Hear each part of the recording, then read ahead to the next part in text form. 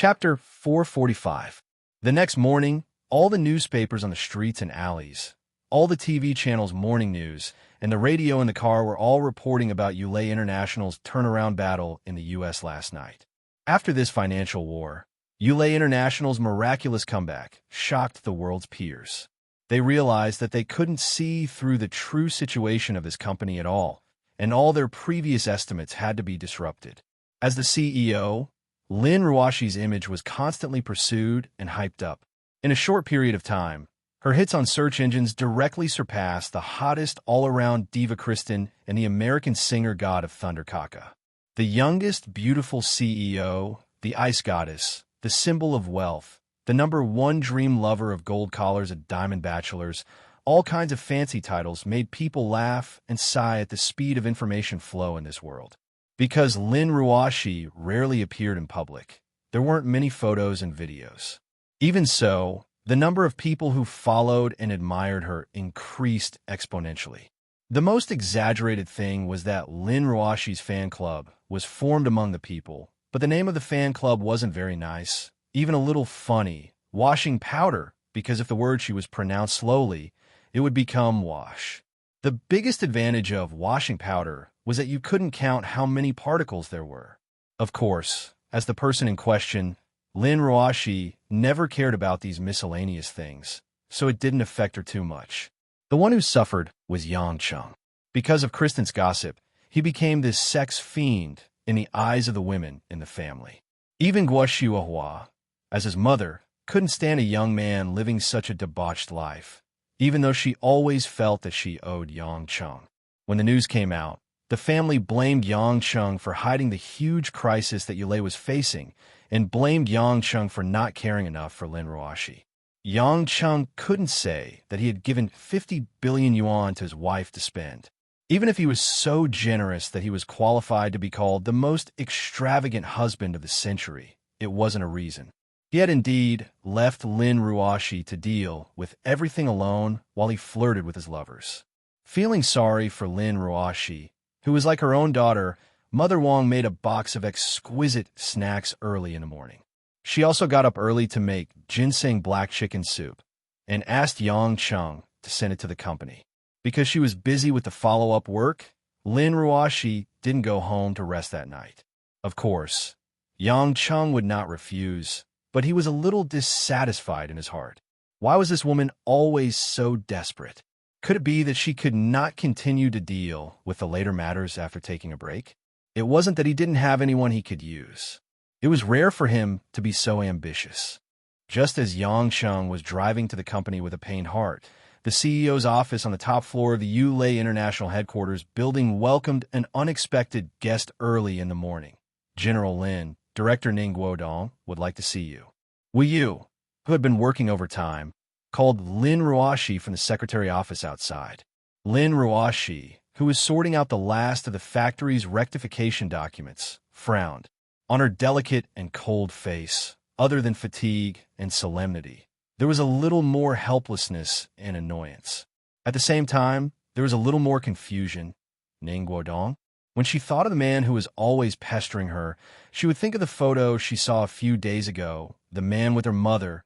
Lin Ruashi shook her head and tried her best not to think about it. She took a deep breath and adjusted her mentality before saying, "Invite him in." After half a minute, Ning Guodong pushed open the office door. As usual, he was wearing a well-ironed suit, and there was a faint smile on his handsome face. However, this kind of smile made Lin Ruashi feel disgusted. She didn't know why.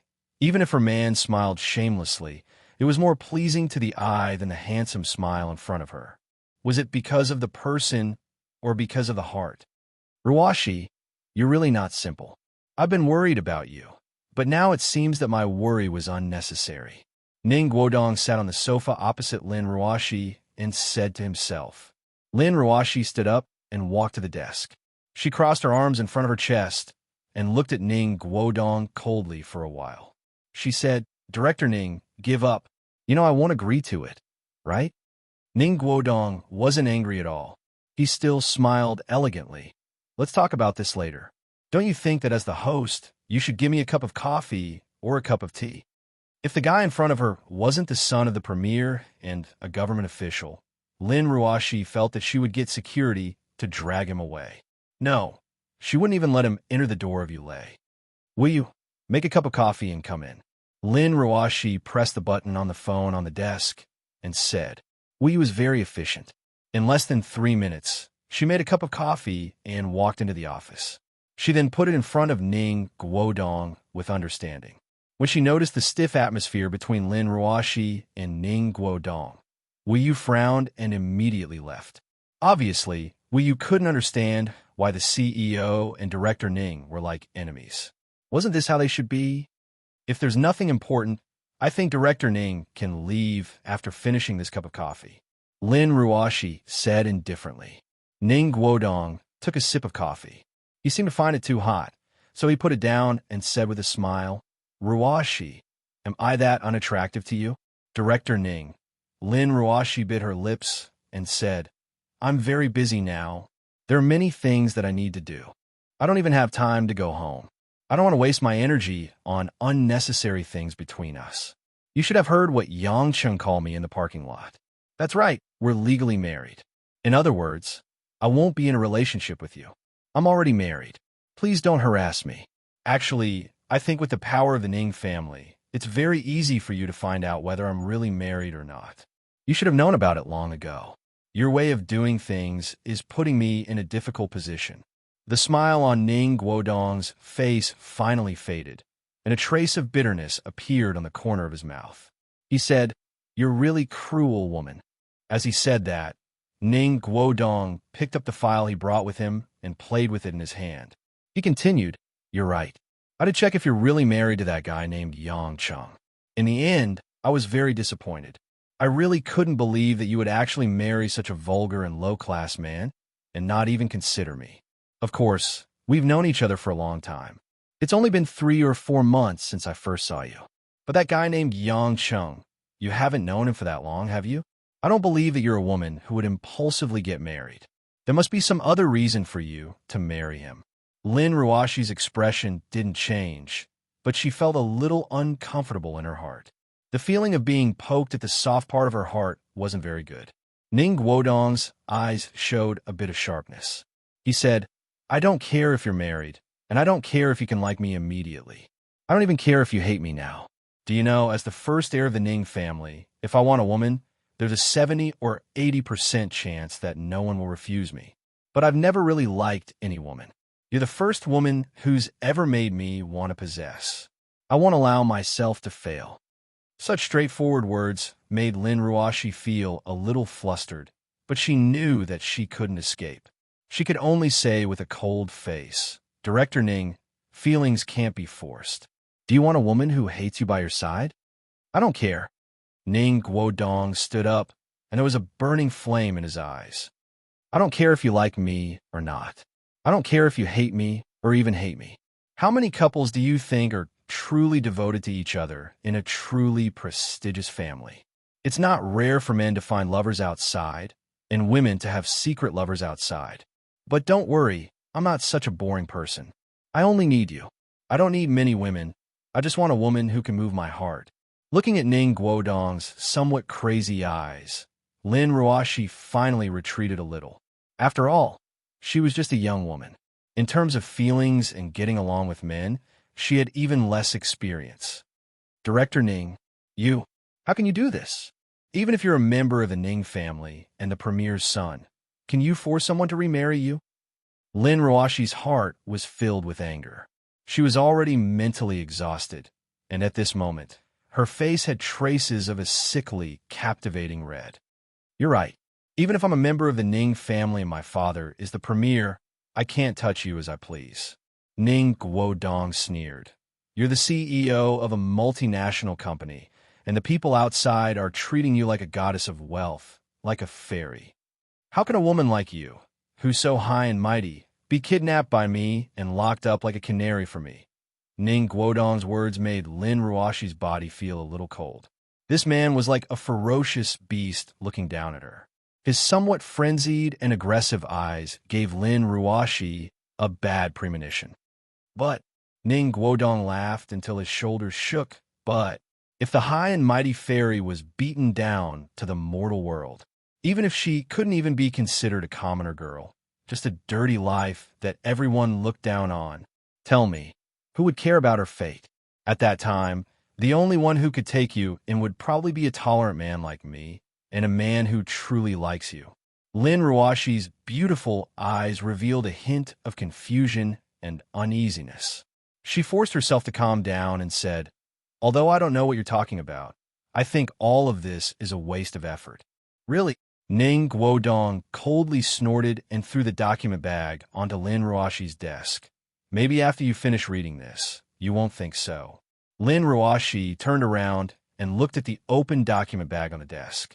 She hesitated for a moment before slowly reaching out to pick it up. Then she took out a few photocopied documents from inside.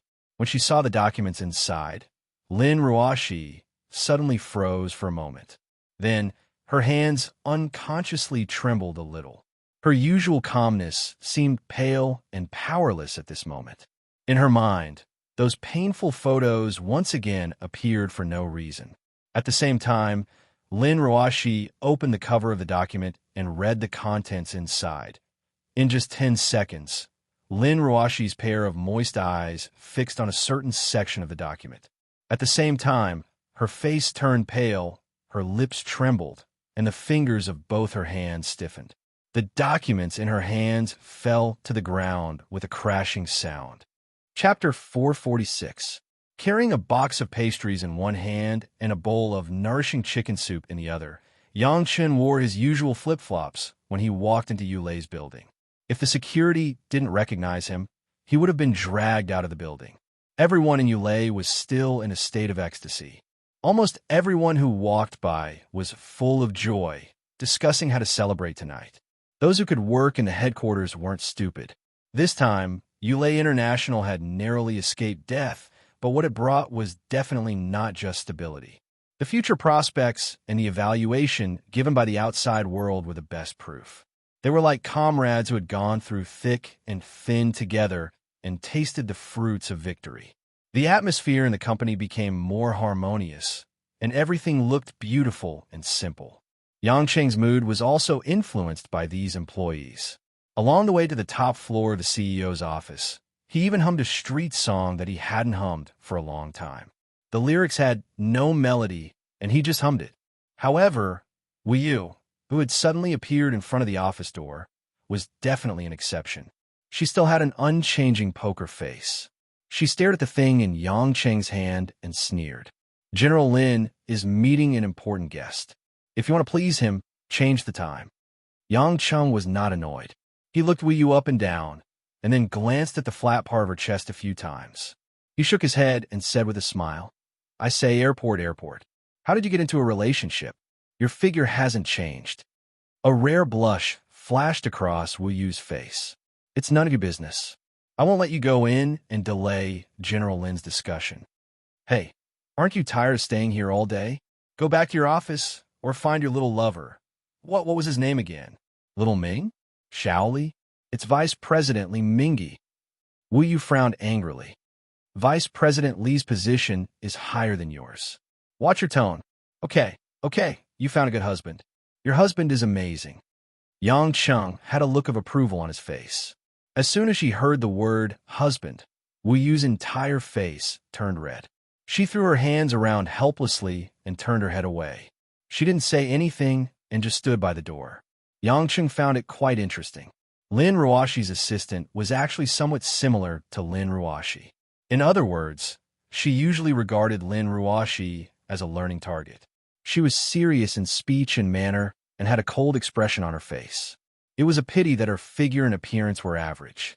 However, if one were to really talk about what was on her mind, she would blush and her heartbeat would quicken. Vice President Li." Yang Cheng turned around and called out. Wu Yu immediately turned her head around and looked at the corridor. However, it was empty. At the same time, Yang Cheng naturally pushed Wu Yu away and opened the office door. Wu Yu reacted, but it was too late. Just when she was about to stop him, Yang Cheng had already flashed into the office. At the same time, he turned around and gave her a smug smile before closing the door again. Wu stood outside the office and stamped her feet. Then, she seemed to think of something and giggled shyly. After entering the door, Yang Chung turned around. At first, he thought that Wu was lying to him, that Lin Ruoshi had a guest. However, he didn't expect that someone really came, and the person who came was Ning Guodong, who was looking for trouble. What made Yang Chung feel that the atmosphere was not right was Lin Ruoshi's current state. He saw that Lin Ruoshi's expression was a little dull. Her eyes were lifeless, and there was a trace of tears in her eyes. She was holding a few pieces of paper in her hands, and there were some scattered on the ground in front of her feet. Even when Yang Chung entered the door, Lin Ruoshi didn't turn her head to look at him, as if she was possessed. As for Ning Guodong, when he saw Yang Chung enter the room, he frowned in annoyance and sneered, but he didn't say anything. Yang Chung quickly realized that the problem was with the pieces of paper in Lin Ruoshi's hands. His eyesight was excellent, and when he walked slightly closer, he could clearly see the few pieces of paper that had fallen on the ground. He could clearly see what was written on them. The moment he saw clearly what those pieces of paper were, Yang Cheng's face sank slightly. He immediately understood the reason for the current situation. He walked forward and placed the food in his hands on the office table. Yang Chung said unhurriedly, "Mother Wang asked me to bring some chicken soup and snacks over. She was afraid that you'd be tired from work and wouldn't eat or drink, so you should eat some." After that, Yang Chung squatted down and picked up the pieces of paper on the ground. At the same time, he took away the pieces of paper in Lin Ruoshi's hands. Lin Ruoshi was indifferent and didn't react at all. Yang Chung sighed slightly in his heart. He turned around and walked in front of Ning Guodong. He threw a stack of things in his hand in front of him and said in a somewhat gloomy tone, "Take it back." Ning Guodong sneered, "What? Do you think these are fake?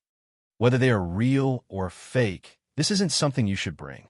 There was already a bit of hostility in Yang Cheng's eyes, but he was very clear that he couldn't casually smash the head of this reckless man in front of him. Ning Guodong stood up and walked behind Yang Chung with his hands behind his back. He sighed and said, "Zhang Mao is really old and wise. Perhaps he had foreseen that he might fail, and that was why he had given me such a thing. Even if he failed, as long as this thing is in my hands, it will be placed in front of Ruoshi sooner or later. Truth be told, I know that old fox Zhang Mao is using me, my background, and my thoughts. But I have to admit that he's very successful. Even if I don't like being used, I still can't resist the temptation of using this document." At this moment, Lin Ruoshi, who had been in a stupefied state, raised her head and stared at Ning Guodong without saying a word. There was a trace of sorrow in her eyes. Ning Guodong, however, didn't understand the meaning behind it. He only thought that Lin Ruoshi still didn't believe him and smiled proudly. "Don't think that this medical record is fake. Ruoshi, before I came here, I had already sent someone to the hospital where your nominal father, Lin Kuen's former doctor, worked. But that guy has already escaped abroad. It seems that Zhang Mao really gave him a sum of money and then ran away. If this medical record is fake, why does he need to run away?" With that said, the smile on Ning Guodong's face slowly disappeared. He stared coldly at Lin Ruoshi. How can a man with a congenital absence of seminal vesicle have a descendant? Ruoshi, don't blame me for being cruel, but I have to say, you are actually a bastard child born from your mother's affair with another man. You may be Li Ruoshi, Wang Ruoshi, Zhou Ruoshi. You may even be surnamed Yang like this man, but your surname is definitely not Lin. With the identity of Lin family successor, you entered Yulei International. If the outside world knew that you were just a bastard child born from a mother's adultery with another man, what do you think the world would think? Haha, they would think, did you deliberately hide it to seize the family fortune?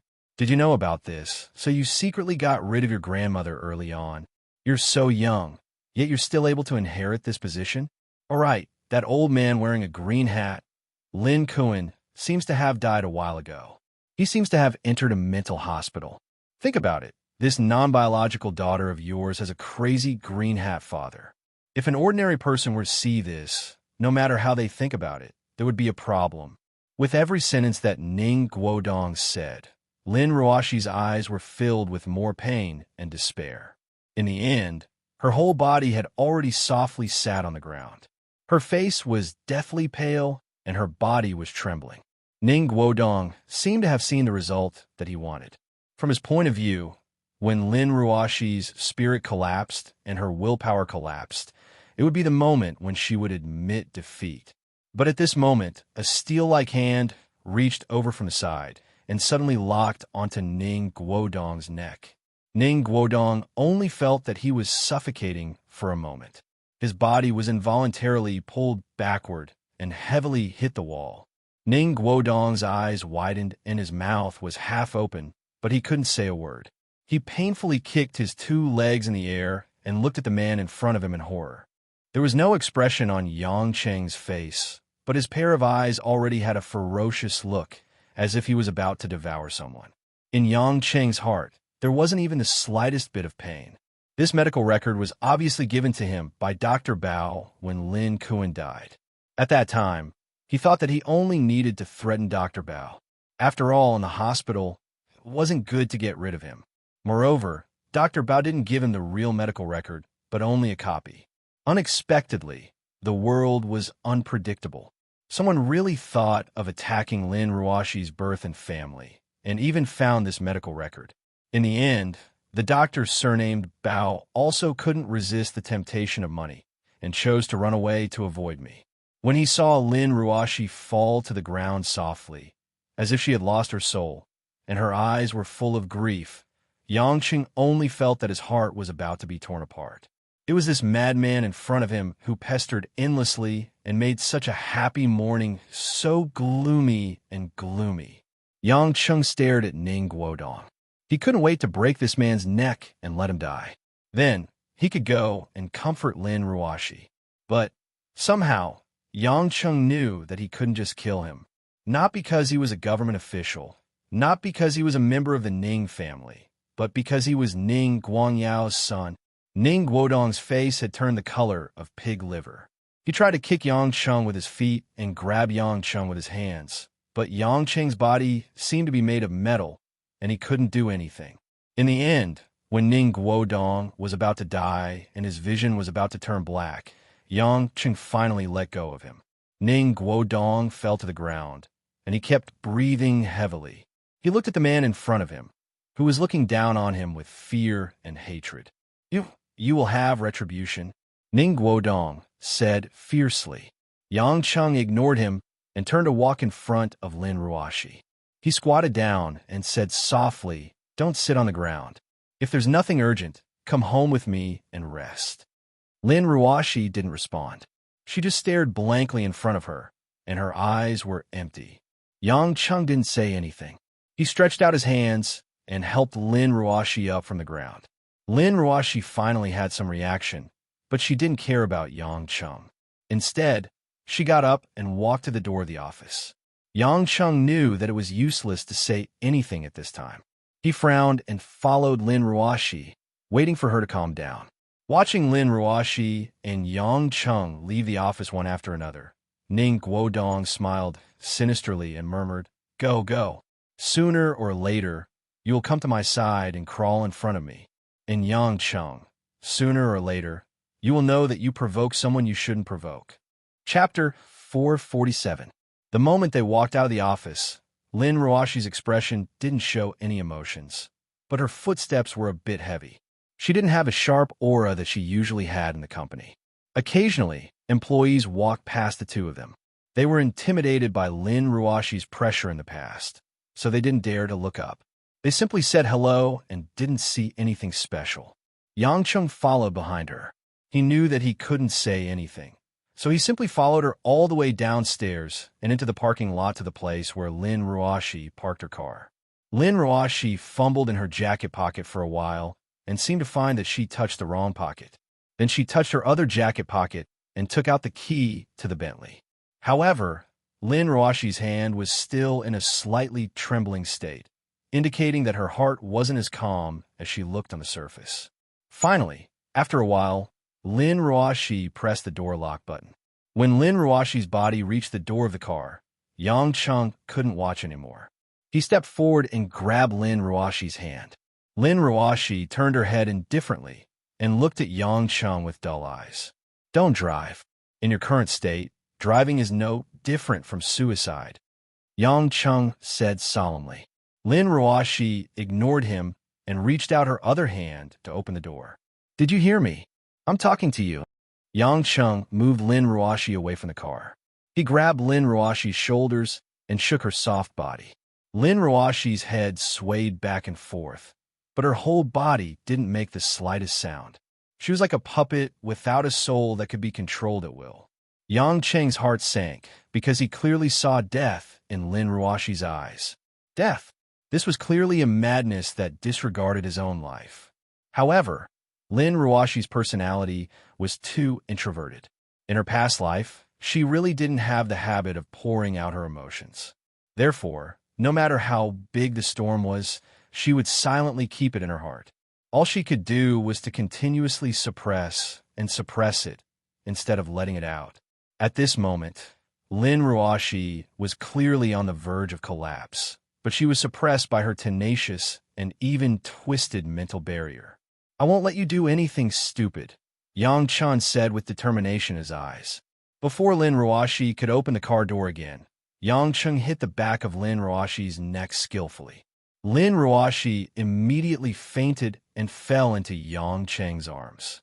Seeing that there was no one around, Yang Cheng carried Lin Ruoshi in his arms, walked to his car, and laid her on the back seat. Lin Ruoshi's face still looked so calm, like the sparkling surface of a clear lake, so beautiful that it made people feel pity and intoxicated. However, Yang Cheng clearly knew that when she woke up again, it might be a terrifying signal. After more than a minute, Yang Cheng drove home.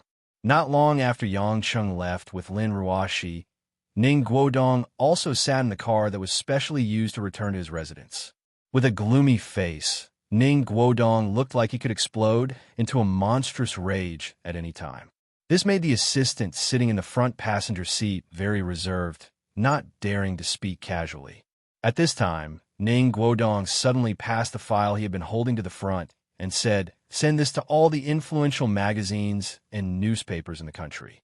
As long as it can be published, publish it for me, the bigger the better." The assistant took the file, nervously opened it, and carefully looked at the contents for a while. When he saw some key words, the assistant's face suddenly turned pale. Young master, this thing, it's not good to publish it rashly, right? After all, Yulei International is now a multinational enterprise that our Huaxia has focused on cultivating. Miss Lin Ruoshi can be said to be at the peak of her power. This is probably... Do you want to scram? Ning Guodong's face showed a bit of malevolence, and he roared, "You King, listen to me. Do what I tell you to do. I'm in a very bad mood right now. Do you think I don't have a brain, or are you that smart? Without Lin Ruoshi in Yulei International, someone else can still do it. I want Lin Ruoshi to die a horrible death. I want her to know, don't always be so high and mighty like a fairy. She's a King, B*TCH, born from a whore and a wild man. B*TCH. I want to play with her. That's her good fortune from 8 lifetimes. She's only fit to kneel in front of my feet and lick my toes." The assistant's forehead was full of cold sweat, and he could only obediently agree. "If you don't dare," Ning Guodong's voice seemed a bit deep, then immediately jump out of the car. If it wasn't for the inconvenience of being in the car, the assistant would have directly knelt in front of Ning Guodong and hurriedly shouted, I dare. Young master, don't be angry." Only then did Ning Guodong lean back, close his eyes, and a cold smile appeared on the corner of his mouth. He didn't say anything else. However, Ning Guodong didn't notice that the middle-aged driver, who had been silent all this time, was frowning, revealing a bit of a pondering expression.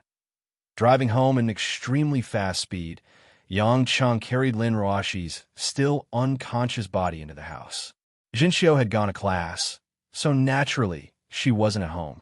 However, Mother Wang and Guo Xiuhua were watching TV, and when they saw Yang Cheng barge in like this, they turned pale with fright. "Son-in-law, what's wrong with Miss?" Yang Cheng, what happened to Ruashi? Mother Wang and Guo ran over worriedly. When Yang Cheng said that she had only fainted, they heaved a sigh of relief, but they still asked anxiously why she had fainted. Yang Cheng couldn't explain it at the moment, so he first carried Lin Ruashi upstairs, walked into her room, and placed her on the big bed. Mother Wang was very considerate, and she went up to Lin Ruashi to take off her high heels and jacket, then asked, "Son-in-law, quickly tell us. We were so worried. Why did Miss faint?" "I did it," Yang Chun said with a sigh. This time, everyone revealed a shocked expression, and they looked at Yang Cheng questioningly. Yang Cheng thought for a while. Since Lin Ruashi was in such a state, he naturally couldn't hide what had happened from his family. So, he told them about going to the company, meeting Ning Guodong, and the medical record. Towards the end, Yang Cheng realized that Mother Wang and Guo Xiuhua's expressions were very unnatural. Suddenly, Yang Cheng realized that since Mother Wang had been in this family since the generation of the old CEO, she naturally knew a lot about the past. And his own mother, Guo Xiuhua, was the best friend of Lin Ruashi's mother, Xue Zijing. From the photos, it could be seen that their relationship was not simple. Then, did they already know the truth of some things? When he saw that Mother Wang's eyes were filled with sadness, pain, and pity, but there wasn't the slightest bit of surprise, Yang Cheng was sure that Mother Wang already knew that Lin Ruashi was not Lin Kuan's biological daughter.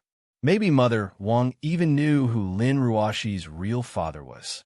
Looking at Guo Xiuhua's emotional, hateful, and pitiful expression, Yang Cheng was a little confused, but he was sure that Guo Xiuhua also knew some secrets. Yang Cheng looked at the two elders in front of him who had their own thoughts, and then looked at his wife who was lying unconscious on the bed. He couldn't help but feel a headache coming on. He had thought that his own life was full of twists and turns, but he didn't expect that Lin Ruashi's life was even more complicated than his, and it was even more hidden secrets. His meeting and marriage with her. Could it be considered a joke of the heavens? Do you know something? Yang Cheng looked at Mother Wang and Guo Xiuhua calmly. Mother Wang sighed, looked at the unconscious Lin Ruashi on the bed, and shook her head. "Young master, you must have guessed it. I do know about this. But I thought, I wouldn't have to tell this in my life. I didn't expect that someone would expose this so early." "That's right.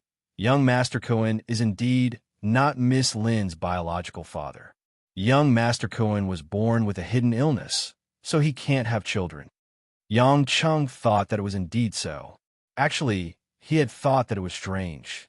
Since Lin Cohen was so fickle outside, spending almost all his money on women, why didn't he have any illegitimate children? No illegitimate daughters. If he hated his wife's daughters so much, why didn't he find a lover to have a child? Now that he thought about it, it wasn't that Lin Cohen didn't want it. It was that he couldn't. And Lin Cohen was so crazy about women. It was most likely not because he really liked them, but because he wanted to use this method to prove that he was a normal man and not a half-eunuch who could only be a useless half-eunuch. It was also easy to understand why Lin Cohen had such a beautiful wife like Xue Zijing, but his relationship with his wife was not harmonious. Lin Cohen clearly knew that he couldn't have children, but Xue Zijing still got pregnant and gave birth to a Lin Ruashi. This was obviously a blatant slap to Lin Cohen's face. What made Yang Cheng puzzled was that Lin Cohen's mother, the old CEO, must have known about Lin Cohen's hidden illness, but why did she watch her daughter-in-law give birth to another man's child and not stop it? She even raised Lin Ruashi with all her heart and handed over the business empire that she built with her own hands to Lin Ruashi and not her biological son Lin Cohen. At the same time, why didn't Lin Cohen tell the truth? Was it because he didn't want the outside world to know that he couldn't have children because of his pride as a man? Or was there another reason? There were too many mysteries, and Yang Cheng couldn't understand them in a short time. Mother Wang, suddenly, Lin Ruashi, who was lying on the bed, opened her eyes, and the corners of her eyes were already overflowing with tears. Slowly, Lin Ruashi sat up and looked at Mother Wang with tears in her eyes. "Mother Wang, why are you only willing to say it now? Do you know how cruel it is to me, miss? Mother Wang really didn't know what to say. She felt that no matter what she said, she wouldn't be able to explain to Lin Ruoshi. She could only freeze there and open her mouth, but couldn't say anything. Lin Ruoshi smiled sadly, like a withered lily, so sad and beautiful that it broke one's heart. No wonder, since I was young, that man hated me so much. He never wanted to hug me, never wanted to treat me well. He always didn't like Mother, and always went to other women to indulge in debauchery. No wonder, no matter what I did, no matter how well I treated him, he was never willing to see me as his daughter. No wonder he could be so cruel, so easily hit me, scold me, and even kidnap me to kill me. As Lin Ruoshi spoke, her beads of tears dripped onto the bed, dyeing it into a pool of tears. I was wondering, how can there be parents in this world who can ignore their own flesh and blood? And how can there be a father who would kill his own daughter? Turns out, I was wrong from the beginning. My mistake was that I wasn't his daughter at all. In his eyes, I was just a bastard born from his wife and another man.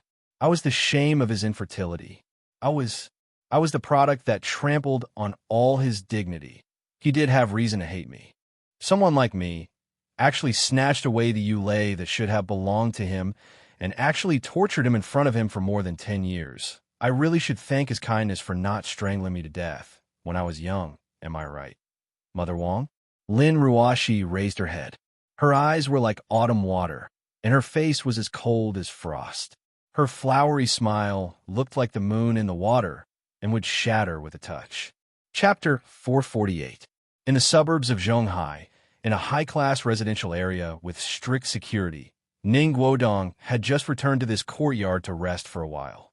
Sitting on a loose recliner, Ning Guodong was facing a wall-mounted TV. At noon, it was almost all the new news or morning news reruns. When Ning Guodong flipped through these TV channels, he couldn't help but be annoyed to find that almost every TV channel was broadcasting the financial war that happened last night. The protagonists were naturally Yulei International and Lin Ruoshi. Damn it! Ning Guodong's eyebrows twitched. He finally couldn't hold back the anger in his heart and smashed the remote control in his hand directly at the TV in front of him. Pah! The TV screen was smashed by the remote control, and suddenly the screen became blurry. Ning Guodong was too lazy to care. He stood up and impetuously walked to the small bar in the room. He poured himself a glass of Russian imported vodka, raised his neck, and drank it in one gulp. The strong liquor slid across his throat like a knife, which made Ning Guodong feel a little better. He exhaled and even choked some tears in his eyes. At this moment, the doorbell of the house rang. Ning Guodong frowned. This residence was his private. Except for his family members, only some people around him knew. But if they came, why didn't they let him know in advance? Ning Guodong didn't think it was a dangerous situation.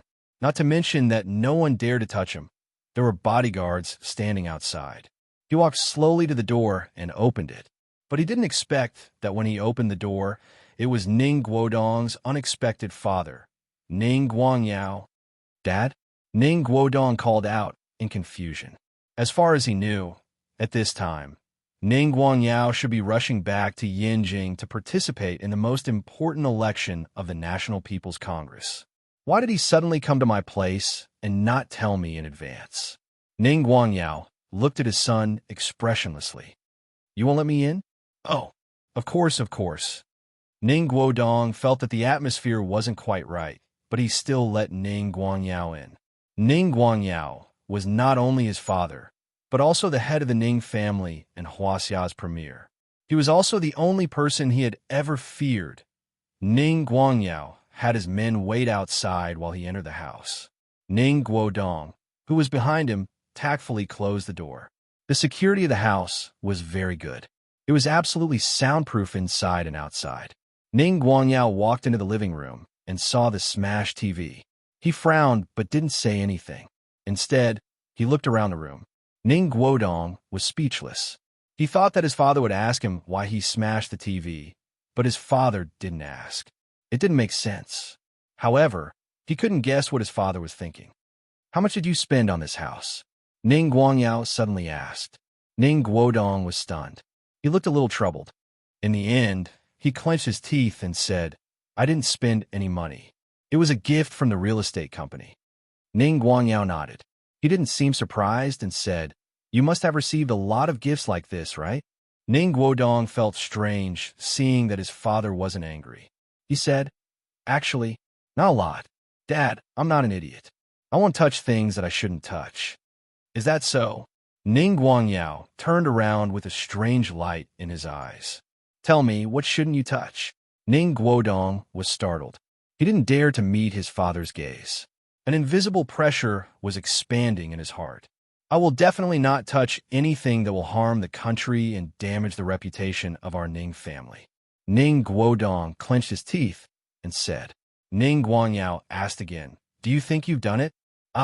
Ning Guodong pondered for a moment and said, People are not saints. Everyone makes mistakes. But, Father, I believe that even if I didn't do everything, I definitely didn't make any big mistakes until now. You should know that I have never had any complaints in the department. Whether you do well or not, it's not something that can be determined by whether someone writes a letter or not. Good or bad, it's important to the heart. Ning Guangyao's eyes gradually became gloomy. He said, I originally thought that I was a successful father. Although you're not particularly talented, not particularly intelligent, at least you're a dutiful person, an obedient son. In this world, if anyone wants to become a qualified leader, the most important thing is to first learn how to be led. In the past, you've always been led by me humbly. This is actually nothing to be ashamed of. I like this about you. The other families will be envious of the Ning family for having a descendant like you. But, Guodong, why at this time on this kind of matter? Why aren't you willing to listen to me? Ning Guodong felt a chill down his spine. He laughed dryly and asked, Father, I don't know. What are you talking about? I think there's some misunderstanding in between. Misunderstanding. Ning Guangyao suddenly felt that it was ridiculous. He snorted and laughed a few times before saying, You still want to hide it from me? Or have you really become so insensitive? Ning Guodong's brain couldn't wrap around it. He stood there in a daze. Ning Guangyao turned his back and sighed. Then he said, Who allowed you to send that kind of thing to the national media without permission? Almost instantly, Ning Guodong's legs began to tremble. He gulped, unable to say a word. Do you think that it's fine if you don't say anything? Do you think that after doing something like that, you can just let it go? Ning Guangyao turned around and looked at his son coldly. Guodong, could it be that in your heart, when the descendants of the Ning family pursue their other half, they use such unscrupulous methods? To destroy, to strike, to take revenge, and pursue a married woman? Ning Guodong suddenly raised his head. He seemed to have thought of something and cried out involuntarily, Dad, you sent people to spy on me? Only then did Ning Guodong come back to his senses. He hadn't told Ning Guangyao about the series of things from when he met Zheng Mao to today's meeting with Lin Ruoxi. The people around him didn't dare to speak carelessly either. The only possibility was that Ning Guangyao had already sent people to monitor his every move. Suddenly, Ning Guodong realized that he really didn't understand his father. His father, who was originally as fair and open-minded as the sun, actually had such dark and unknown methods. In fact, he was spying on his own son. So what if I am? If it wasn't for that, if you really made a fuss about this matter, would I still have to clean up your mess? Ning Guangyao was burning with anger. He didn't even hesitate to curse.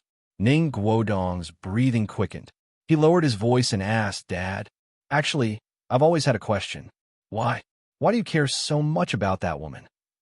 Even if she's the CEO of a multinational company, so what? She's just a little slut born from an illicit affair between a cheap woman and a wild man. Shut up. You're not allowed to say that about her. Ning Guangyao shouted angrily. Isn't that the case?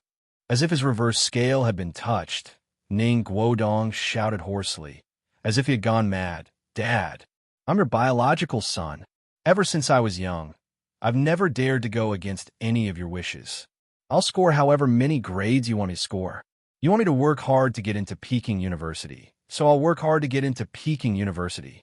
You want me to enter any department, so I'll go through all kinds of hardships and screenings. I don't need anyone's help to get into any department. Every year, you give me strict requirements for my workload. Even the number of times I can meet the elders in the family, you strictly limit me. I never complain, I never get angry, because I know that you're doing this so that I can inherit everything from the Ning family. But today, I just want to find a woman for the rest of my life. Is it too much to ask for such a pitiful request?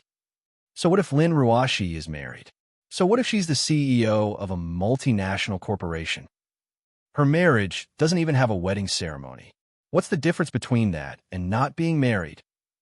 Could it be that in this upper-class circle, it was rare to snatch a woman? In a society where it's not even a big deal to keep a mistress, is it too much for me, Ning Guodong, to only want one woman? Unfilial son. You. How dare you say such things? You. Kneel. Ning Guangyao scolded angrily. His body began to tremble violently. The corner of Ning Guodong's mouth twitched, but he still knelt on the ground. He looked up at Ning Guangyao and said loudly, I can kneel, but that's because you're my father. You're the highest official in Huaxia's government. It's not because I feel that I deserve what I've done. I've only used methods that match that woman's status to do all of this. As long as that medical record is made public, Lin Ruashi will become a lowly bastard, and her legal right to inherit Yulei will be denied. It's her and that dead bitch who cheated everything to this day.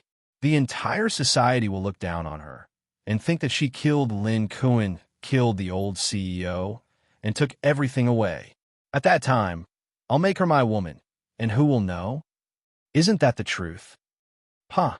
With a crisp sound, Ning Guangyao rushed forward and directly slapped Ning Guodong in the face. Ning Guangyao's eyes were bloodshot, and he growled in a low voice, I'm telling you, even if you don't get married in this life, I won't let you touch even half a finger of Lin Ruashi. Also, if you dare call Lin Ruashi a bastard again, if you dare to blaspheme her mother again, I'll shoot you today. It was unknown if he had been slapped silly, or if he had heard Ning Guangyao's never said such evil words. But Ning Guodong touched his red face, completely stunned on the spot, and his eyes darkened. Chapter 449. In the hall on the first floor of the Lin family's mansion, the air seemed to be filled with an oppressive atmosphere, causing the expressions of the four people present to be a little gloomy. Yang Cheng and Lin Ruashi sat on the sofa, facing Mother Wang and Guishuehua. The tea on the table had already turned cold, but no one thought of drinking it or changing the hot water, because no one was in the mood to do so. As Mother Wang slowly narrated, Yang Cheng and Lin Ruashi gradually solved some of the mysteries. Back then, as Lin Jigua's lover, the old CEO gave birth to Lin Kuan. In order to protect herself and not be oppressed by Abbess Yin Miao's wife, the old CEO brought her son Lin Kuan and spent a lot of effort to establish Yulei International. Of course, there was a reason why Lin Jigua would not leave a son like Lin Kuan alone. However, the old CEO did not tell Lin Jigua that Lin Kuan was defective. He had a congenital absence of seminal vesicles. Although this kind of illness would not affect a normal married life, it would definitely not allow him to have a child. The old CEO was not stupid. She knew that if she wanted her son Lin Kuan to be able to live a peaceful and carefree life, she must not let Yulei fall. She must not let Lin Jigua know that he had a useless son. The thing that wealthy families feared the most was having no descendants. The Lin family did not have many children, so Lin Jigua especially valued Lin Kuan, who was born to his lover. If he knew that Lin Kuan was a chicken that could not lay eggs, then the care he gave to Lin Kuan would be greatly reduced.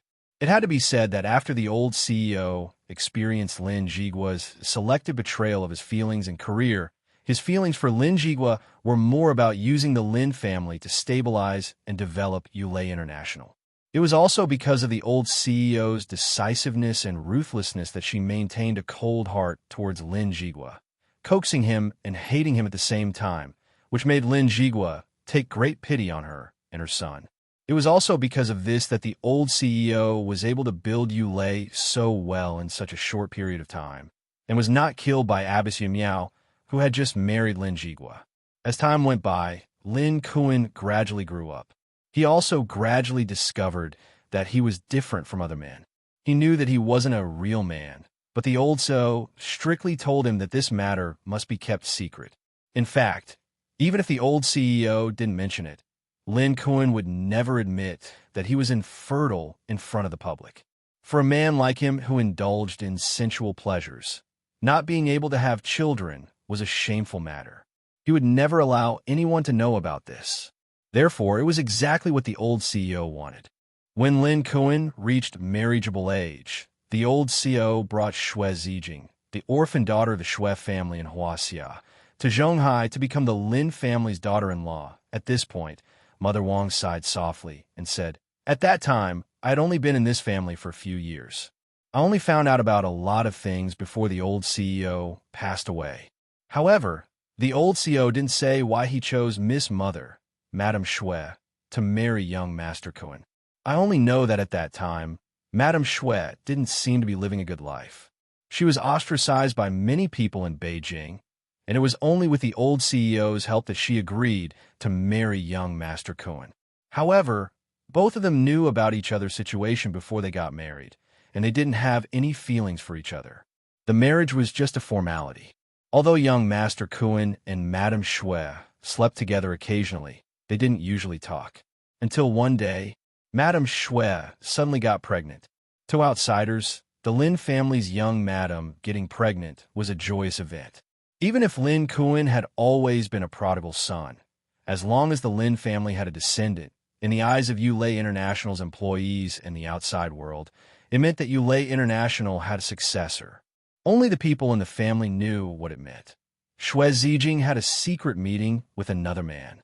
Speaking of young madam, she's also a somewhat strange woman. Mother Wang frowned and thought for a long time before she came up with this description.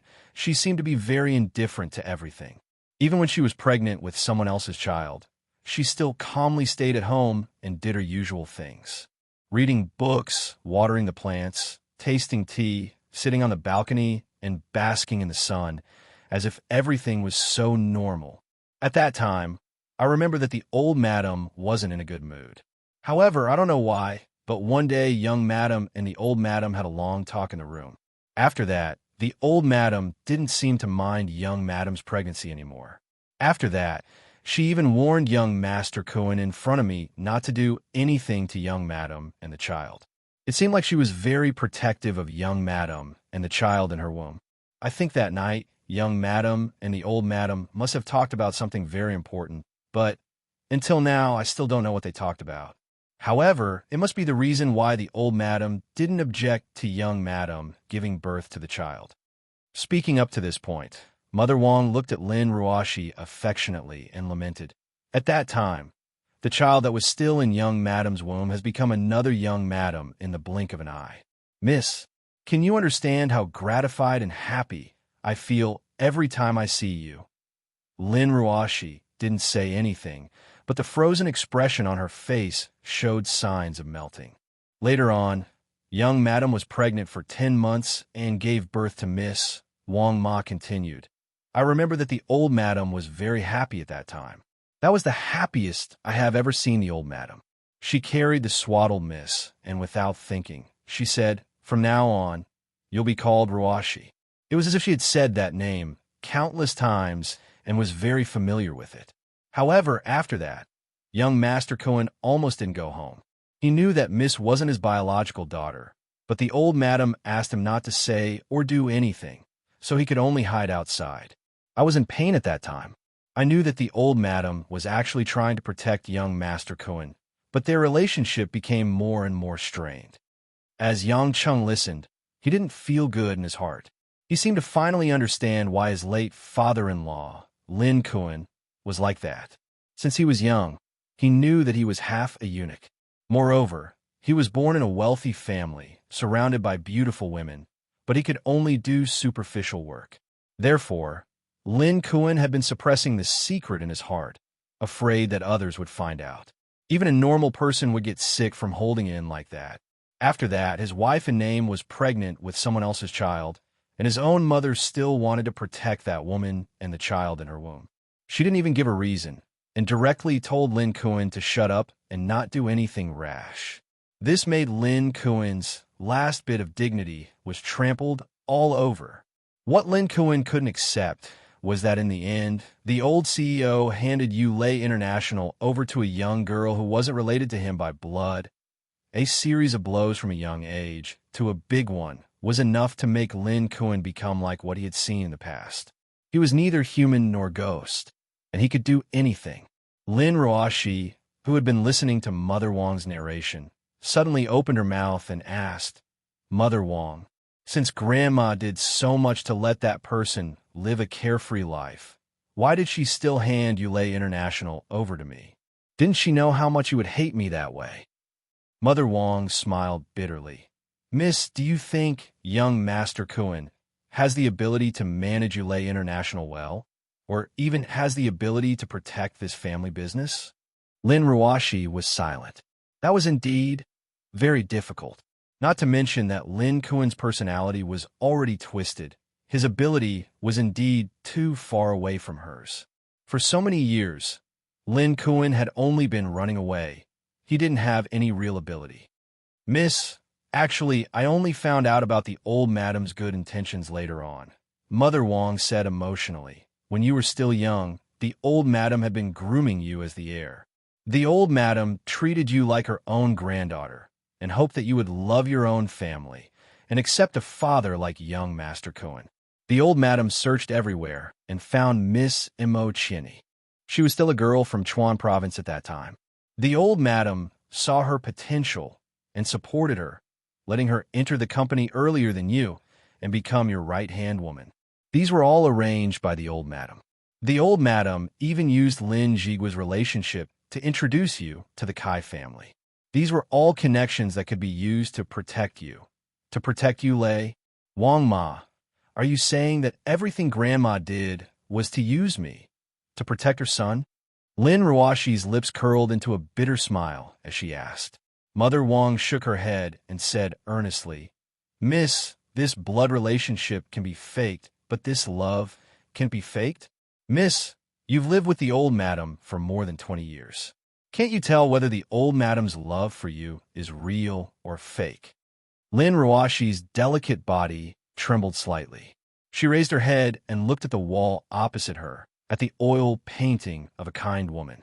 She murmured a few times, but she was in a daze. At this moment, Guo Shuahua, who had been silent and listening to Mother Wang's story, suddenly said, "Maybe what Zijing said to the old CEO that night. I can guess, not only Mother Wang, but Yang Cheng and the absent-minded Lin Ruoshi also looked over. Obviously, from the tone of Guo Shuahua, it seemed like she really knew something. Guo Shuahua seemed to be struggling, but in the end, she shook her head and sighed. "I didn't think it was appropriate to say it, but Ruoshi is already my daughter-in-law. I think it's a bit too much to hide it from her." Guo Shuahua looked at Lin Ruoshi and sighed. "Ruoshi, I think the reason why your grandma tried so hard to give birth to you and make you the CEO of Yulei International was not only to confuse General Lin Jigua and make him think that he had a granddaughter and take care of you. There was another reason. It was because your biological father was more capable of protecting Yulei International, you, and Lin Kuan." Listening to Guo Shuahua's words, Lin Ruoshi's mind suddenly flashed with those photos. The man in the photos, his other identity, almost instantly came to a conclusion. Lin Ruoshi's face turned pale, and her eyes revealed some fear and hesitation. She didn't know what to do. When Guo Shuahua realized this, she hurriedly asked, "This? Ruoshi, what's wrong?" Yang Cheng, who was standing at the side, put his arm around Lin Ruoshi's shoulder, letting her trembling body lean on him. He turned to Guo Shuahua and smiled helplessly.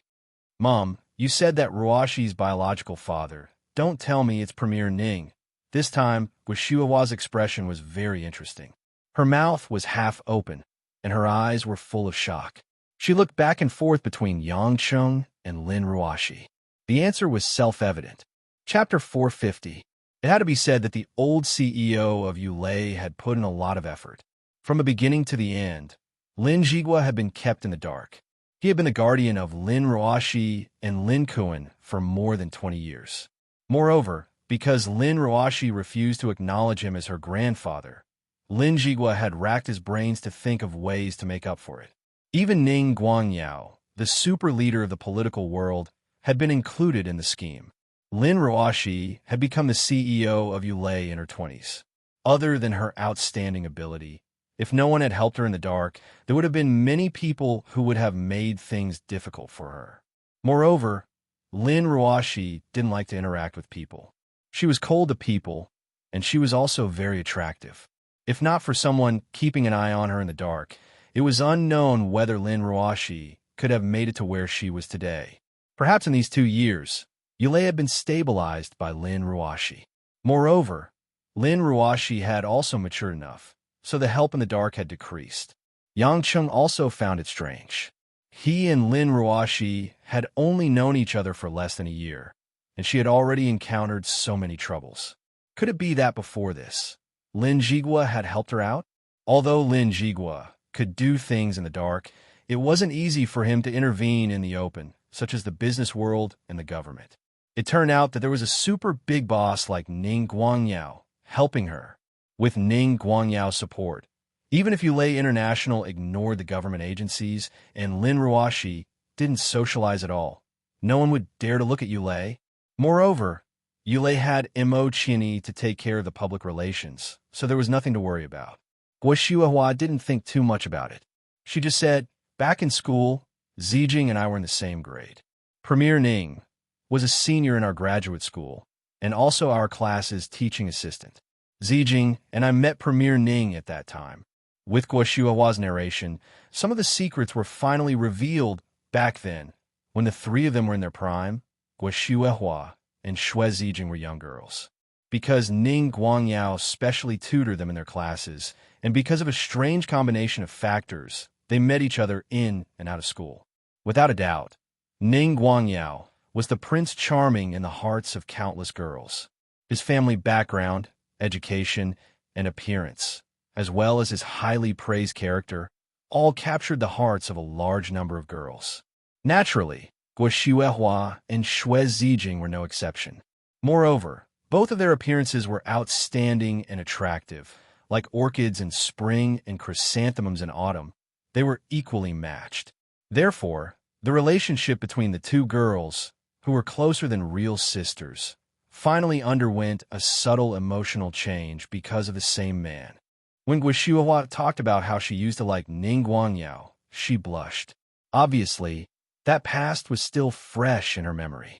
While she lamented that time and tide wait for no man, she also regretted fighting with Xue Zijing for Ning Guangyao. Because Guo Shuihua only found out later that Ning Guangyao liked Xue Zijing from the beginning, and he only doted on Guo Shuihua like a younger sister. When Yang Cheng heard this, he recalled how angry Ning Guangyao was when he heard that Guo Shuihua was grounded in the Yang family's military courtyard. Indeed, as Guo Shuihua said, it was a kind of brotherly protection. However, most of the relationships between men and women in the world were fated, but not fated. Back then, Guo Shuihua gradually realized that she couldn't compete with Xue Zijing, so she angrily cut off contact with Xue Zijing. She originally thought that Xue Zijing and Ning Guangyao would get married, but she was shocked to hear that Ning Guangyao was going to marry Luo Tsuishan, the daughter of the Luo family, which was still flourishing in Beijing at that time. Later on, most of the Xue family that Xue Zijing belonged to left Yanjin and went overseas for some reason, leaving Xue Zijing alone in Yanjin with no one to rely on. Speaking of which, I always feel guilty whenever I mention Zijing. It's because I didn't help her because of my resentment toward her. A few years later, I heard that she got married to a family in the south, and then I lost contact with her. Guo Shuihua looked at Lin Ruoshi apologetically and said, "Ruoshi, I've always wanted to say sorry to your mother. I was too unreasonable back then.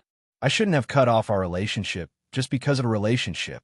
Unfortunately, it's too late to say anything now." "Then why did you say that Ruoshi's father might be Premier Ning?" Yang Cheng asked. Lin Ruoshi also looked at Guo Shuihua with a complicated gaze. wanting to hear the real reason. Guo sighed. She lowered her eyes and said, "That year, because I was angry, I accepted Pajuan's pursuit. A few years later, I married him. Of course, I fell in love with Pajuan after a long time, so I didn't do it out of spite. I remember that not long after we got married, I came to Zhonghai with Pajuan and accidentally bumped into Premier Ning. I said accidentally because he seemed to be avoiding us on purpose. If it wasn't for the fact that he couldn't avoid us, he would have ignored us and pretended not to see us. I don't remember the exact situation, but I calculated the time when Ruoshi was born. At that time, he should have come to Zhonghai to look for Zijing. Then, wasn't he already married at that time?" Lin Ruoshi asked with a trembling voice. Guo frowned. "Yes, according to the time, his son, Ning Guodong, should have been born by then. Then why did he still do this? Doesn't he feel ashamed?" Lin Ruoshi asked as if she was talking to herself. Guo kept quiet while Mother Wang wiped the corners of her eyes. "Who knows? Other than them, no one knows why he did all this," Guo said helplessly after a long time. Lin Ruoshi stood up from the sofa and walked upstairs without any expression on her face. "Miss, are you all right?" Mother Wang stood up and asked worriedly. Lin Ruoshi didn't seem to hear anything. Her footsteps were a little weak, but she held onto the railing and managed to walk up. At that moment, the phone in the living room rang. Everyone looked over and Mother Wang said, "I'll pick it up." Lin Ruoshi thought it was someone from the company calling her, but there was no response. Out of responsibility, she stopped walking. Unexpectedly, when Mother Wang picked up the phone and greeted her, she was stunned. After a while, she looked at Lin Ruoshi hesitantly and said, "Miss, it's for you." Lin Ruoshi took a deep breath and pulled herself together. However, her tone was still a little weak. "Is it someone from the company?"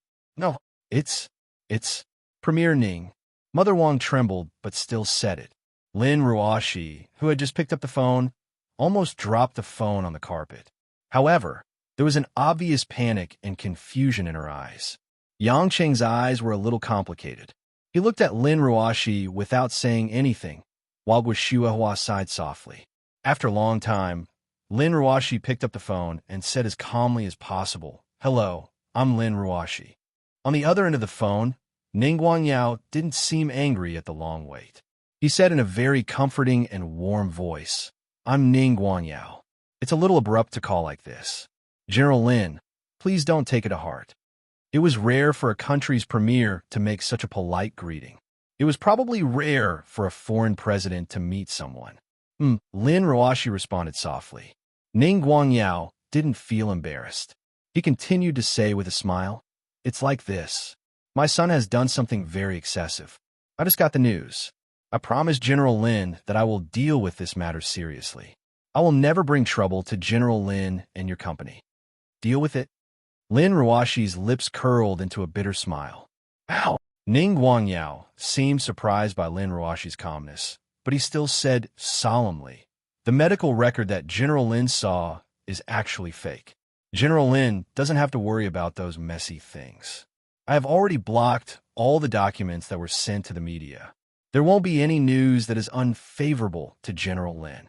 At the same time, I can also guarantee that my son won't harass General Lin in the future." Fake, fake, fake. He said that everything was fake. The smile on Lin Ruoshi's face became wider. She almost lost control and said, "The premier said it's fake. Of course it's fake. If there's nothing else, I'm hanging up." After that, she didn't give Ning Guangyao any time to speak and directly hung up the phone. Because the house was very quiet, the voice on the phone could be heard clearly. Mother Wang and Guo looked at Lin Ruoshi with sorrow and pity, but they didn't know how to comfort her. Yang Cheng clenched his fists. He didn't feel good either. Her biological father was fake. Her feelings and hardships were all in vain. Her beloved grandmother lied to her. In order not to let her grandmother down, she worked day and night. It seemed so ridiculous. Her biological mother even had an affair with a man and gave birth to her. When everything seemed so heavy, her biological father came to tell her that everything was fake. Even he didn't want to admit everything. There was almost no sadness or anger in Lin Ruashi's eyes. Instead, there was indifference. It was like a frozen land. It was colder than anything else. Yang Cheng suddenly felt that he was a bit ridiculous. Even if he could face thousands of soldiers, rockets, and missiles, so what? At that moment, he just wanted his wife to not show such an expression that was more desperate than despair. But there was nothing he could do. Suddenly, Lin Ruashi's eyes blurred. She closed her eyes again and fainted on the spot. Chapter 451. In the special office in Zhonghai, Ning Guangyao, who was hung up on, didn't know that Lin Ruashi had fainted due to too much stimulation. Ning Guangyao only thought that Lin Ruashi was still mad at Ning Guodong and that he, as her father, wasn't welcome at all. He just shook his head and smiled bitterly. As if he was reminiscing about something, Ning Guangyao took out his wallet. This wallet naturally wouldn't be used to store money or bank cards like ordinary people. In fact, it was mostly filled with small commemorative items, such as photos, business cards, or other small items. What Ning Guangyao took out was an old photo that was stuck in the innermost part of the wallet and sealed with plastic. The old photo was slightly yellowed, but it didn't affect its clarity. In the photo, there was a woman wearing the attire of a knowledgeable young woman from the past. She was holding a book and wearing a skirt. She was sitting on a stone stool and reading quietly, as if the outside world had nothing to do with her. Ning Guangyao looked at the woman in the photo for a long time and was lost in thought. Suddenly, he was awakened by a knock on the door. Knock, knock. Ning Guangyao turned around and subconsciously put the photo back into his wallet. He turned around and stood up with a faint smile on his face. Suishan, why are you in Zhonghai? A middle-aged woman with short hair walked in from the door. She was wearing a rather dignified white suit. It was obvious that the woman paid a lot of attention to maintaining her appearance. Time didn't leave many traces on her face. She had a smooth face and a mature figure. She was wearing black high heels, and her posture was graceful. She was the daughter-in-law of the Ning family, Ning Guangyao's wife and Ning Guodong's mother, Luo Suishan. You're not going back to Beijing, and Guodong isn't going back either. So I had to come all the way from Beijing to see what's going on. Luo Suishan glared at her husband, but the smile on her lips was warm. Ning Guangyao was much gentler in front of his wife. His eyes were filled with sincerity. It's not a big deal. You don't have to worry too much. Guodong did something wrong, so I stayed here to correct him. I'm planning to fly back to Beijing tonight. I'll be able to make it before the election. Well, you never need others to worry about your work, but you have to tell me why you scolded your son. Luo Tsuishan couldn't help but say, I just went to Guodong's place to take a look. He's so quiet. He's never been like this before. A trace of anger flashed through Ning Guangyao's eyes as he said, Don't worry about him. He'll be fine after a while. I've spoiled him too much, which has given him a bad temper. You'll follow me back to Yinjing in the afternoon. We'll talk about that brat later. After that, Ning Guangyao walked straight out of the office, obviously still angry about Ning Guodong's matter. Luo Tsuishan turned around and looked at her husband's back as he walked out of the office. Her eyes shone with an unfathomable light. In the Lin family's villa, in Lin Ruashi's room, Yang Cheng slowly pulled the curtains open, and the afternoon sunlight shone into the room, reflecting a faint golden light. Lin Ruashi had already woken up, but she did not get down from the bed. Instead, she quietly sat on the bed with her gaze fixed on the photo on the bedside table. It had already been half an hour, and Lin Ruashi did not show any signs of speaking. It was as if she had fallen into a spell that only she had created, completely isolated from the outside world. Yang Cheng walked to Lin Ruashi and flipped the photo over, cutting off Lin Ruashi's sight. Stop looking, you still have a lot of things to do. Don't bother about people and things that don't need your attention. Yang Cheng frowned and said, Just now, Wu Yu and Mo Chinny had called. After all, Yulei had just come back from the dead, and the stock index had skyrocketed. New product launches, press conferences, market seminars, and all kinds of meetings and decisions needed Lin Ruashi as the chief commander. However, Lin Ruashi had fallen into a state of paralysis at such a critical time. Yang Chung did not attach much importance to the operation of Yulei International, but Yang Chung could not accept Lin Ruoshi, who had no energy and fighting spirit. This woman, whom he used to call a workaholic when she really quieted down, the only feeling Yang Chung had was fear. It was unknown whether Lin Ruoshi had heard Yang Cheng's words, but she just silently raised her head, looked into Yang Cheng's eyes, and asked, "You already knew, didn't you?" Yang Chung was puzzled, but since Lin Ruoshi was willing to speak, he was relieved and asked, "What?" "When that man died, I remember that a doctor asked the patient's family to talk to him. At that time, you were the one who went. If he had a medical record, you would definitely know." Lin Ruoshi was naturally referring to the Dr. Bao, who had been threatened by Yang Chung. "You told me at that time that it was nothing important. Did you know the truth of this matter and deliberately hide it from me?" Yang Chung knew that he could not hide it, so he directly nodded and said, "Yes, because I never thought that this was something that needed to be known by you." "Are you mocking me? Are you mocking me that it doesn't matter who gave birth to me and who raised me? Are you mocking me as a child that no one wants?" Lin Ruoshi asked with a sneer. Yang Chung shook his head. "You're wrong. All of this is because, in my eyes, it doesn't matter where you come from. It doesn't matter whose daughter you were in the past. What matters is where you are now. You are now my wife." Lin Ruoshi was startled. She had been staring at Yang Chen's eyes the whole time, but she didn't feel any falsehood in Yang Chen's words. In this man's eyes, there wasn't a single trace of impurity. There wasn't a trace of his usual playfulness. Instead, he was smiling mischievously, as if he was talking about something serious. Lin Ruoshi lowered her head, and her eyes were a little red. She bit her lower lip and did not speak. Yang Chung sat on the edge of the bed and suddenly reached out a hand to touch Lin Ruoshi's delicate chin, making Lin Ruoshi raise her head. Their eyes met, and Lin Ruoshi's eyes were a little moist, and there was a glimmer of water. "You said before that we are all scorpions. The river can't drown us. The only thing that can kill us is our own uncontrollable poison stinger. If that's the case, why are you getting wet in the rain now, as if you have lost everything?" Yang Chung said. Lin Ruoshi looked at Yang Chung affectionately for a while, and then said, "I'm just confirming how you see me. Who allowed you to preach to me?" Yang Chung was stunned for a while, but then he grinned. Lin Ruoshi puffed up her cheeks, and a trace of red flowed over her face. She was unwilling to look at Yang Chung, and said, "Don't say such mushy words in the future. Also, who allowed you to sit on my bed? Who allowed you to touch the photos on my bedside table? It's none of your business who I was born and where I was born. You don't have to do this. I just wanted to comfort you." Yang Chung smiled bitterly. "What?" Lin Ruoshi's almond-shaped eyes stared. "You mean what you just said was false?" Yang Chung hurriedly waved his hand. "Of course it's true." Then hurry up and get out." Only then did Lin Ruoshi let go of her eyebrows. Yang Chung also felt that something bad would happen if he stayed, so he immediately patted his butt and ran out of the room. Hearing the sound of Yang Chung running downstairs, Lin Ruoshi, who was sitting on the bed, pursed her lips into a smile, and a touch of tenderness flashed across her eyes.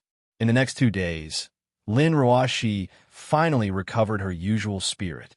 After returning to the company, she decisively launched various measures to launch the new material products into the market and invested the funds obtained from the war into more investments, causing the strength of Yulei to increase instead of decreasing. Yang Chen wasn't idle either. Although the publicity of Star of Yulei was mainly carried out by Zhao Teng and Wang Jie in cooperation with Kristen, as the director, Yang Chen still had to stand on the stage and say a few polite words while occasionally singing a duet with Kristen. Kristen's popularity made Yang Chung speechless. Since the first time she appeared, the population of Zhonghai seemed to be rising rapidly. The crazy fans that came from all directions gave Zhonghai's traffic bureau a headache. Normally, it was the lowest period of the week, so the traffic in Zhonghai was also extremely congested. Moreover, some of the fans with high status were even more so the traffic police and security personnel couldn't afford to offend them. Many of Kristen's crazy fans even had the idea of taking the initiative to express their love. Every day, The entrance of her hotel would be filled with gifts, red roses, and other flowers. There were even crazy fans that attacked the human wall of security. Kristen would occasionally meet a few fish that slipped through the net. While she was amazed by Hua Xia's tenacity, she was also very happy to sign autographs for those fans. This time, the hotel that Kristen was staying in was provided by Anxin's father and Zaihuan. The Jade Clouds Hotel originally belonged to the Liu family, and Zaihuan also did his best to sponsor the audition of Star of Yulei. Yang Cheng didn't think that Zaihuan was doing it for the sake of collecting dividends. He most likely thought that this would help him get closer to Yang Cheng, so he let him do whatever he wanted. What made Yang Cheng feel the most helpless was that this little vixen, Anxin, she did whatever she wanted. This woman, who had always been imaginative, had a new interest this time: being a host. Under Anxin's strong request, Yang Cheng had no choice but to discuss with the program producer and let Anxin be the host of Star of Yulei with another famous male host of the TV station. Anxin passed the rehearsal easily, but the male host beside her almost said the wrong thing. This was because he heard from the director of the TV station that Anxin was the daughter of the family in Zhonghai, and she told him not to have any improper thoughts. The poor male host was treading on thin ice the entire time, afraid that Anxin would think that he had some thoughts about her. What surprised Yang Cheng was that because of Kristen's arrival, Wang Jie and Zhao Teng also invited many other important guests before the start of the promotion. Many popular singers in Huaxia also fought to show their faces at the opening ceremony of Star of Yulei, saying some blessings or taking the initiative to join the judging panel. In the end, there were also a few famous Huaxia kings and queens who were selected to join the judging panel. They weren't going to be in the finals with Kristen, but they would appear in some important elimination matches. However, this was enough to attract people's attention. The first weekend of early March arrived. The highly anticipated Star of Yulei audition, which had attracted a lot of attention before it even started, finally began. As a newcomer who had been preparing for a long time, Hui Lin was finally going to go on stage. This seemed to have become the headline that everyone in the family was extremely concerned about, and they were waiting for the live broadcast with great interest. At the same time, Yang Cheng, who had some time to slack off, received a call from Lu Mingyu. Sister Lu sounded a little hesitant. She said on the other end of the phone, "Yang Cheng, my parents said they want to see you tomorrow. Can you come?" Yang Cheng said in surprise, "Of course. If you weren't busy, I would have gone to see them already." "Actually, it's okay if you're not free," Lu Mingyu suddenly said. Although Yang Cheng felt that Lu Mingyu's words were a little strange, he just thought that she didn't want to trouble him. He smiled and said, "It's okay. Baby Mingyu, don't worry. Tell me what kind of people your parents are, so I can be prepared." Chapter 452. Hearing Yang Cheng's question, Lu Mingyu was silent for a while on the other end of the phone. Then, she smiled and said, "My parents are very ordinary people. My mom is just an ordinary housewife. Other than cooking, she plays mahjong and drinks tea with the aunties in the community. My dad is doing some business in Beijing, so he doesn't come home often. In the past, I could only see him a few times a year. He seems to be planning to go back to Zhonghai to develop his career, so he's been staying at home recently." "Then, do Uncle and Annie have any hobbies?" Yang Cheng asked thoughtfully. "They don't have any hobbies, and they don't like to be flashy and extravagant. Don't bring too many things, they won't like it," Lu Mingyu reminded him. Yang Cheng pondered that Lu Mingyu's parents should be the most ordinary elders in the family. So he asked, "Tell your parents, why did I disappear by myself?" I only said that I met him at the company, and he works as a director in the branch," Lu Mingyu said. "Then they didn't ask anything else?" Yang Cheng didn't think that Lu Mingyu's parents would be satisfied with this little bit of information. They asked when we were getting married. I don't know what to say, so I asked them to meet you, and you can tell them," Lu Mingyu stuttered. She had always been generous and elegant, but now she didn't know what to say. Yang Cheng also knew that he was being a jerk. It was obvious that he couldn't say a wedding date, nor could he give a specific promise about the future. So, if he wanted Lu Mingyu's parents to not oppose the two of them, he had to think of a way to make them agree. This problem definitely couldn't be solved through normal means, so Yang Cheng felt that unconventional means were not a bad idea. As for how to do it, Yang Cheng didn't have a good idea, so he could only take it one step at a time. They agreed to have dinner together in a quiet vegetarian restaurant in the eastern district of Zhonghai. It was said that Lu Mingyu's father was a vegetarian, so the whole family only had vegetarian dishes on the table. From this, it could be seen that in Lu Mingyu's family, her father was the leader. Yang Cheng thought that it should not be a problem to get her father's approval. He drove to the quiet restaurant. When he got out of the car and walked to the door, Lu Mingyu was already waiting anxiously. Yang Cheng walked up to her and couldn't help but smile when he saw her nervous face. "Why are you so nervous? Are your parents going to eat me?" However, Lu Mingyu was not in the mood to joke around. She said, "If my father suddenly does something, don't be rash. Talk to him nicely." Yang Cheng was puzzled. Why did he feel that there was something else in Lu Mingyu's words? But he didn't have the time to think too much about it and entered the reserved room. Along the way, Lu Mingyu held his arm and stuck close to him, but it was obvious that her soft body was trembling uneasily. Because it was a vegetarian restaurant, the decoration was mainly dark green and black, looking light and peaceful. There were a lot of indoor plants in the corner and hanging spider plants on the ceiling, giving off a refreshing feeling. When the door of the private room opened, Yang Chun immediately saw a couple sitting in front of him. Lu Mingyu's mother looked similar to her daughter. Although there were some crow's feet at the corner of her eyes, she was still beautiful when she was young. When she saw Yang Cheng coming in, there was a complicated look in her eyes, which puzzled Yang Cheng. The man sitting next to Mother Lu wore a gray striped suit. His slightly bald hair was neatly combed at the back of his head. A pair of spirited eyes stared at Yang Chun like two sharp knives.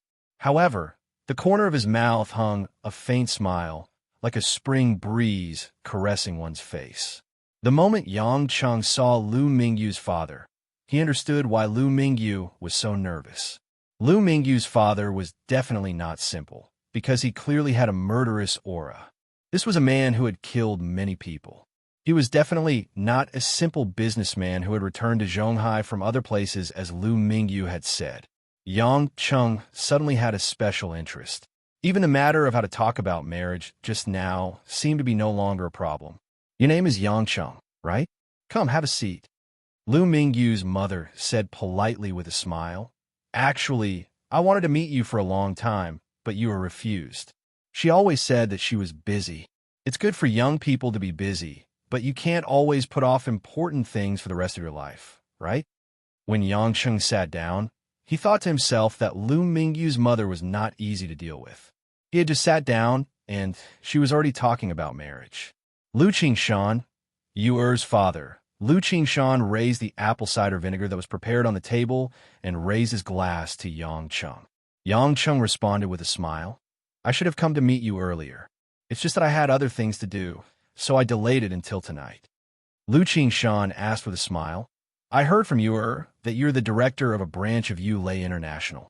Being able to become the head of a branch at such a young age, you must not be simple." Lu Qingshan's eyes clearly did not have any appreciation, which made Yang Cheng feel that he was hiding a knife behind his smile. "Uncle, you're flattering me, but my luck is better than others." "Luck is also a part of one's ability," Lu Qingshan said, and said to Lu Mingyu, "Get the waiter to serve the dishes." Lu Mingyu was in a nervous state. When she heard this, she immediately responded. When she stood up, she lost her balance and tripped on the leg of the chair, almost falling. Yang Cheng reacted quickly and held onto Lu Mingyu's slender waist to prevent her from falling. Being hugged by Yang Cheng in front of her parents, Lu Mingyu's face was burning and she hurriedly ran out. Only Yang Cheng and Lu Qingshan were left in the private room. The atmosphere was slightly tense. Lu Mingyu's mother's smile widened, but Lu Qingshan's face darkened slightly. "Yang Cheng, how long have you known you are?" Lu Qingshan asked. Yang Chun did some calculations. "It's been about half a year." "Then, when you plan to get married?" "You know, Yu isn't young anymore. Both of you are successful in your career. There's no pressure to get married," Lu Qingshan said directly. Yang Cheng did not expect to be asked this question so soon. He could not help but smile bitterly Actually, I'm already married. As soon as he said this, Lu Mingyu's mother covered her mouth in shock. She was obviously shocked. Lu Qingshan, on the other hand, had a cold smile on his face, as if he already knew. You're quite honest, young man. I thought you were going to make up some nonsense to lie to us. Since you already knew, why did you ask Mingyu to meet me here? Yang Cheng asked curiously. Lu Qingshan was about to say something when the door of the private room was suddenly opened. Dad, Mom, where's brother-in-law? A tall and skinny young man wearing loose hip-hop attire, dyed yellow hair, and earrings suddenly barged in. A pair of not-so-big eyes swept across the room and fixed on Yang Chen. In an instant, the enthusiasm he had earlier cooled by half. So this is the guy? Why does he look so mediocre? Mingho, why are you so late again? Did you go looking for a fight again? Lu Mingyu's mother stood up unhappily and walked to the young man's side, pulling him to her side. Lu Qingshan was satisfied to see his son. He said to Yang Cheng, "This is Yuer's younger brother, Mingho. He used to live with me in Beijing and doesn't come back to Zhonghai often." Yang Cheng was stunned. Lu Mingyu's family was really complicated.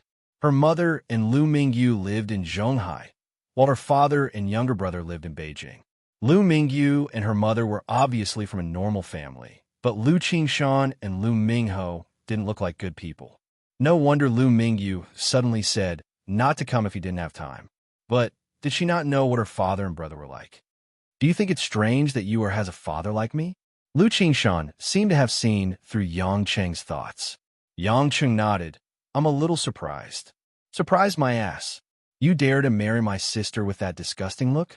Why don't you look at yourself in the mirror? You're not handsome. You're not cool. You don't look strong.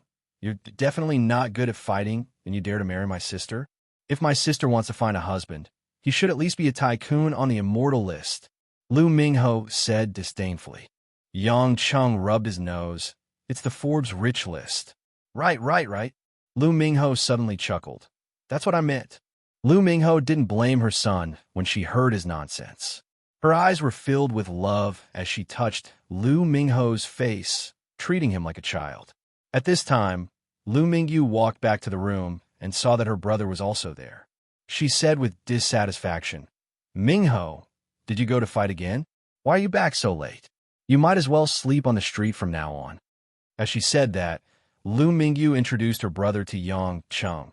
He's my brother. He's very naughty, but he's actually quite kind. Yang Cheng smiled. I can tell. You keep saying that I'm not handsome, but you didn't come to slap me in the face. Lu Mingyu pursed her lips and smiled, but when she saw her father's expression, she started to worry again. Yang Cheng, the reason why I asked you to invite you over for a meal and get to know you is actually very simple.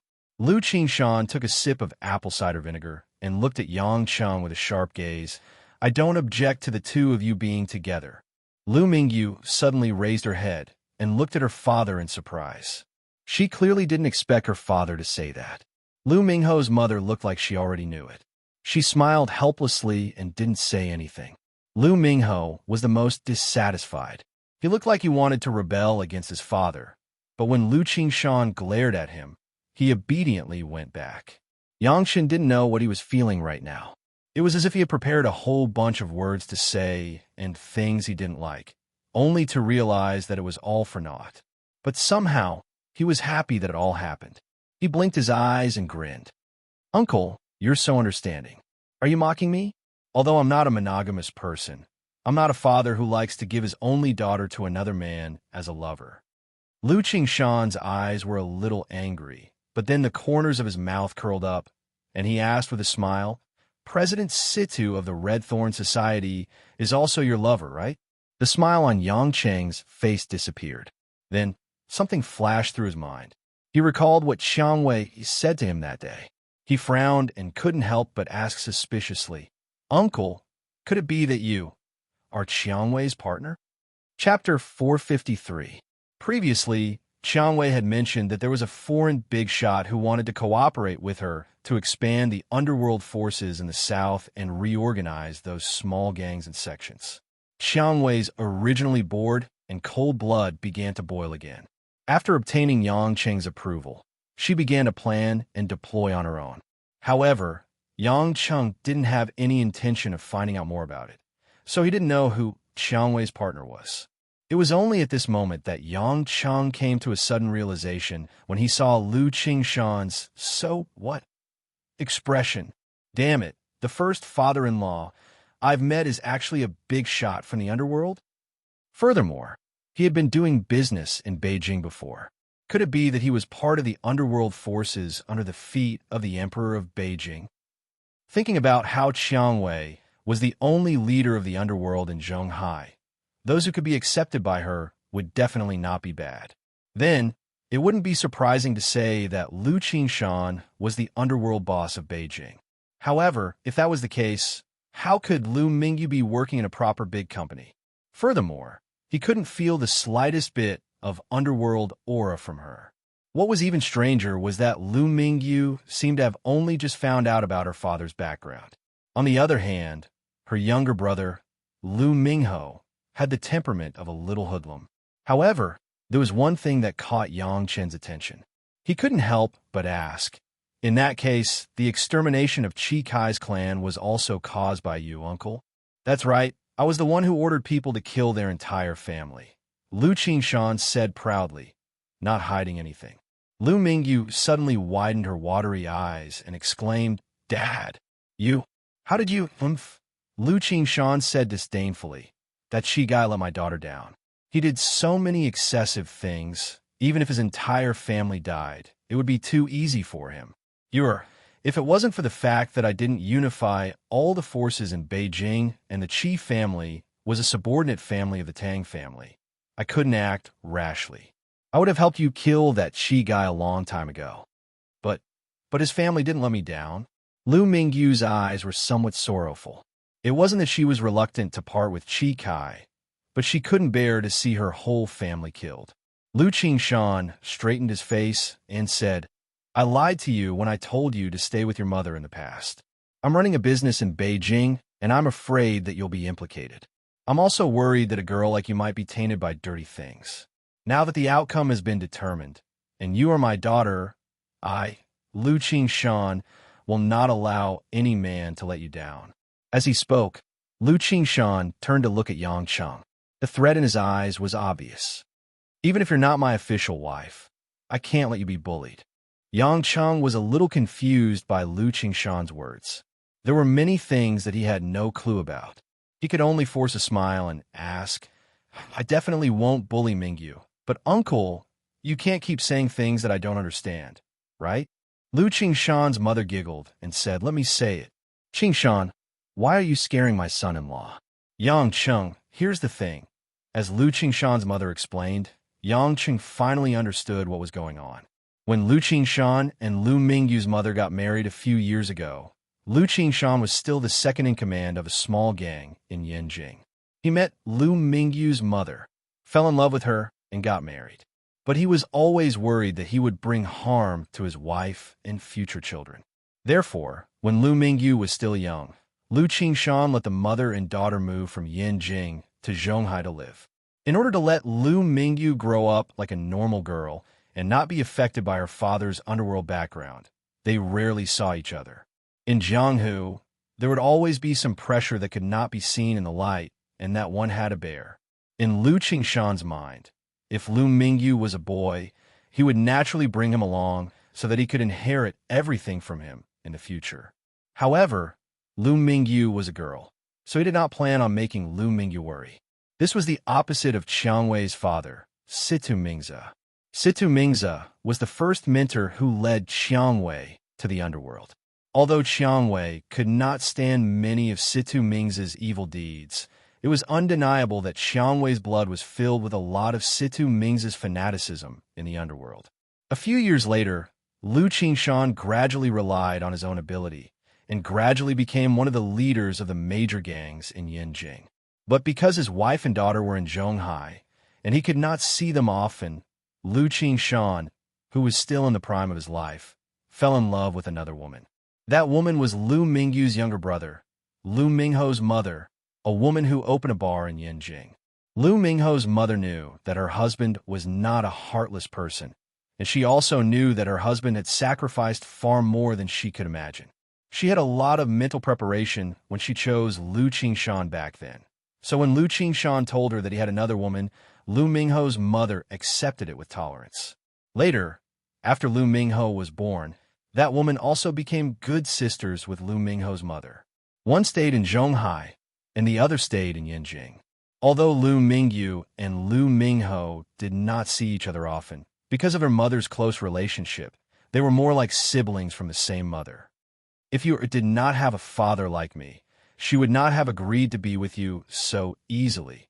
Even if you have a wife, Lu Qingshan sighed helplessly. Yang Cheng was speechless. His father-in-law was the one who had helped him a lot. Old pervert, openly having a threesome. However, it did seem like a good idea to raise two women separately, but he had too many women. If he raised all of them separately, wouldn't he die of exhaustion from running around? Lu Mingyu's expression was a little sour.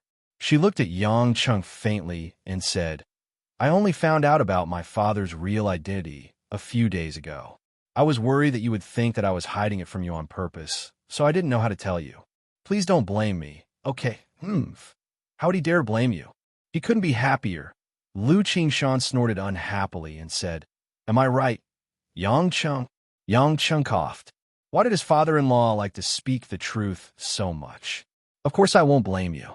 I'm not a good person myself. I know this very well. All right. What are you guys talking about? Qingshan, it's rare that you finally finished what you wanted to do. You can spend more time with you, and you even have a son-in-law that you like. Can't we talk about something happy? Lu Qingshan's mother complained.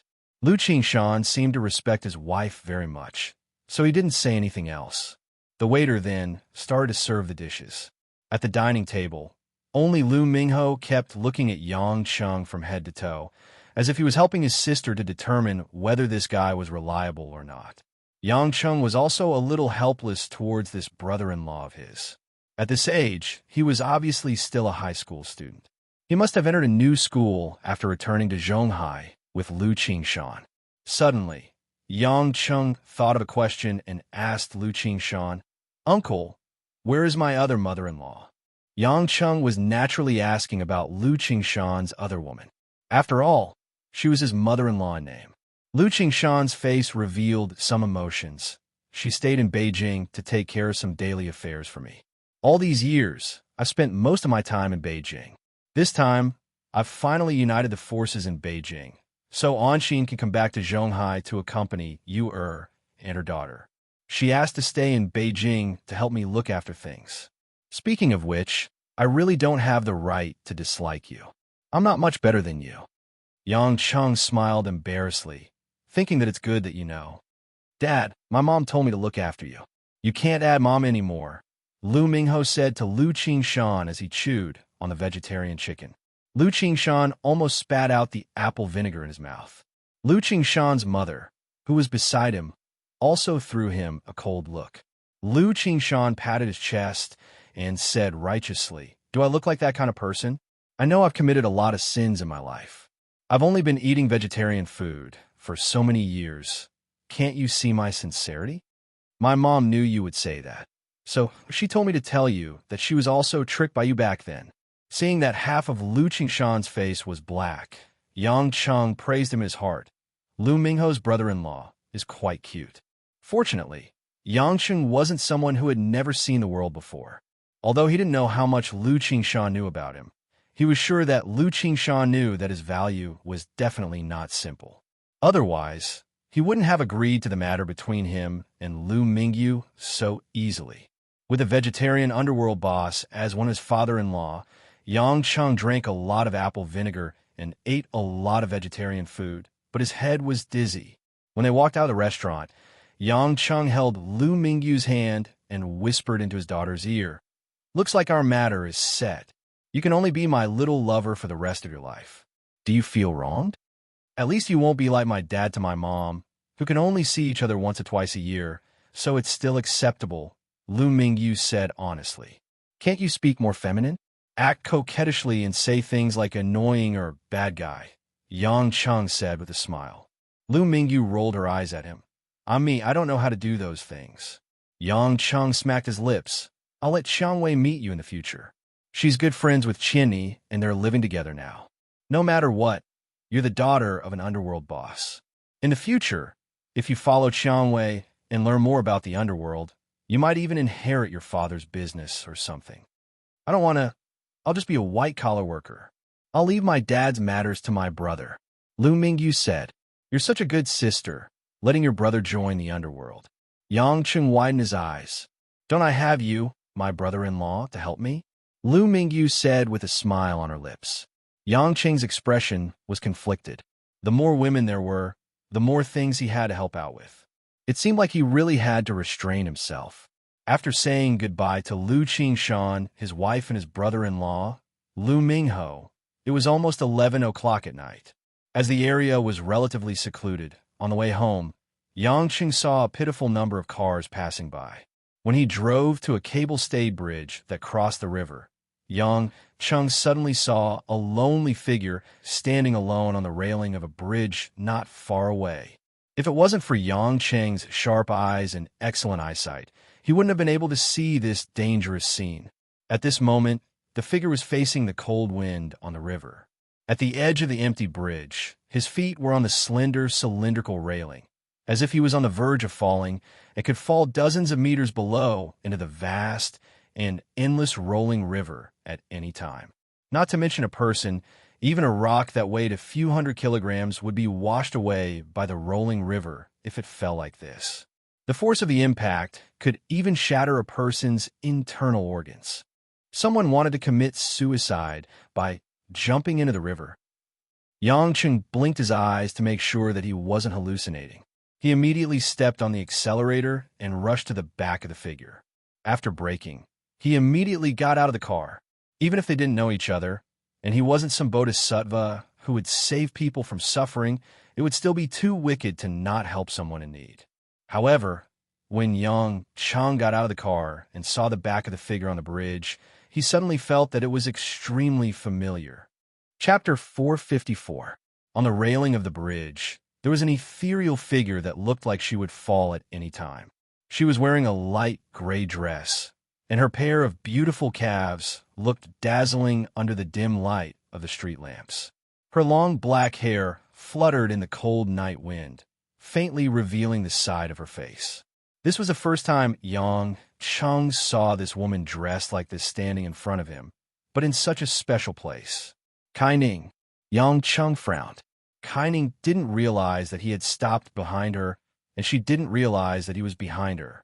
This clearly didn't make sense, but the woman in front of him was indeed Kai Ning. Kai Ning, who was lightly on the railing, seemed to be stimulated by something. She suddenly turned around, and her gem-like eyes were filled with surprise and panic as she looked at Yang Cheng in a hurry. As if she was too excited, Kai Ning couldn't stand steadily, and her body leaned back and fell off the bridge from the railing. Hey! Yang Cheng was stunned again. The other party was a highly skilled member of the group of 8, and she actually fell in panic just because he called her. However, Yang Cheng didn't think that Kai Ning would be in any danger. Sure enough, before Yang Cheng reached the edge of the bridge, Kai Ning had already used her extraordinary qigong to borrow the force of the river to fly back to the bridge. When Kai Ning landed beside Yang Cheng, her face was still in shock, and there was a slight blush on her face. She asked softly, "Why are you here?" Yang Cheng smiled bitterly. "I just wanted to go back from outside, and I thought I met someone who was about to jump into the river, so I wanted to save him. I didn't expect it to be you.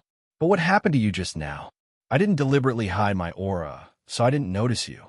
Kai Ning turned around, and with her back facing Yang Cheng, she said, "Nothing.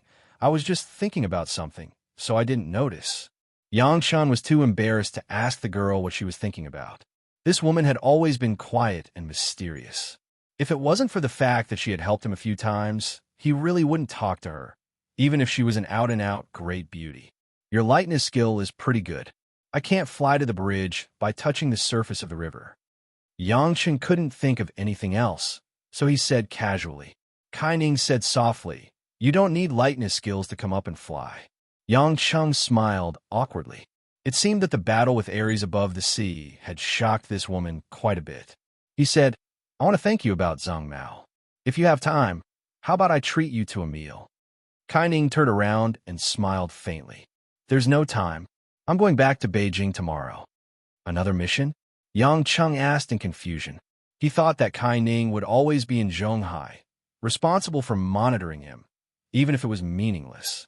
Kai Ning had a complicated look in her eyes. You can say that.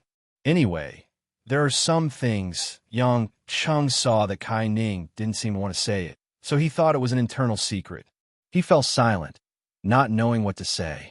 Just as he was considering if he should say goodbye to Kai Ning, she suddenly said, Can you watch the stars with me for a while? Huh? Yang Cheng thought he heard it wrong. If you're in a hurry to go back, it's fine. I'm just saying. Kai Ning's expression didn't change at all. Of course, I'm just surprised that you have such a hobby. Yang Cheng shrugged and smiled. Kai Ning turned around and held onto the railing of the bridge. She looked up at the vast sky. Although there were only a few stars, it was still quiet and beautiful. Kai Ning's hair brushed past her delicate face, and the lines of her face were soft and gentle, looking peaceful. I didn't watch it before, Kai Ning murmured as if she was talking to herself. After that, she didn't say anything else. Yang Cheng didn't understand what she meant. Since the girl said she wanted him to watch the stars with her, it must be because she was bored and wanted to find someone to stand with her. He looked up at the vast night sky. It was just spring, and the temperature difference between day and night was huge. Because of the dense water vapor in the river, the night breeze on the bridge was exceptionally cold. Kai Ning suddenly hugged herself tighter, as if she felt the cold, and her body shrank. Yang Cheng felt her subtle movements and couldn't help but feel strange. Although the temperature was low, Kai Ning was a master of internal energy. Although she could resist the cold for a while, why did she purposely not use her internal energy to feel the coldness of the world? Could it be that this was also considered a hobby? Yang Cheng realized that he was full of questions about this woman. About half an hour later, Kai Ning turned her head. Her lips were slightly pale because of the cold. She said, I have to go back. You should go too. Thank you for tonight. There's nothing to thank me for. You know that I'm just an idle person. I just wanted to watch the stars with a friend. It's no big deal. Yang Cheng smiled. Are we friends? Kai Ning suddenly asked, her eyes shining. Yang Cheng nodded and smiled strangely. You've helped me so much, and I've saved your life. Isn't that considered? Kai Ning was stunned for a moment, and then she smiled. It seems like it. Every time we meet, something happens. It's really strange. Isn't it the same with your sister? Although I don't know where the respected Chief Kai is now, to be honest, I'm not used to not having her around. Yang Cheng smiled. My sister? Kai Ning was stunned for a moment, and her eyes were a little confused. Then she smiled and said, It won't be long. You should be able to see her. Yang Cheng was a little confused by Kai Ning's words, but seeing that she didn't want to explain, he was embarrassed to ask. To be honest, ever since he returned to the country, Kai Ning and Choi Yun were like a warning light beside him. Whenever he met them, it would more or less be troublesome or a headache. Now that Choi Yun was nowhere to be found, and Kai Ning was going back to Beijing, Yang Cheng couldn't help but sigh. Would life be simpler in the future? Kai Ning's way back was actually to walk. Even if she flew back with her qigong, no one would notice, but she chose to walk back quietly.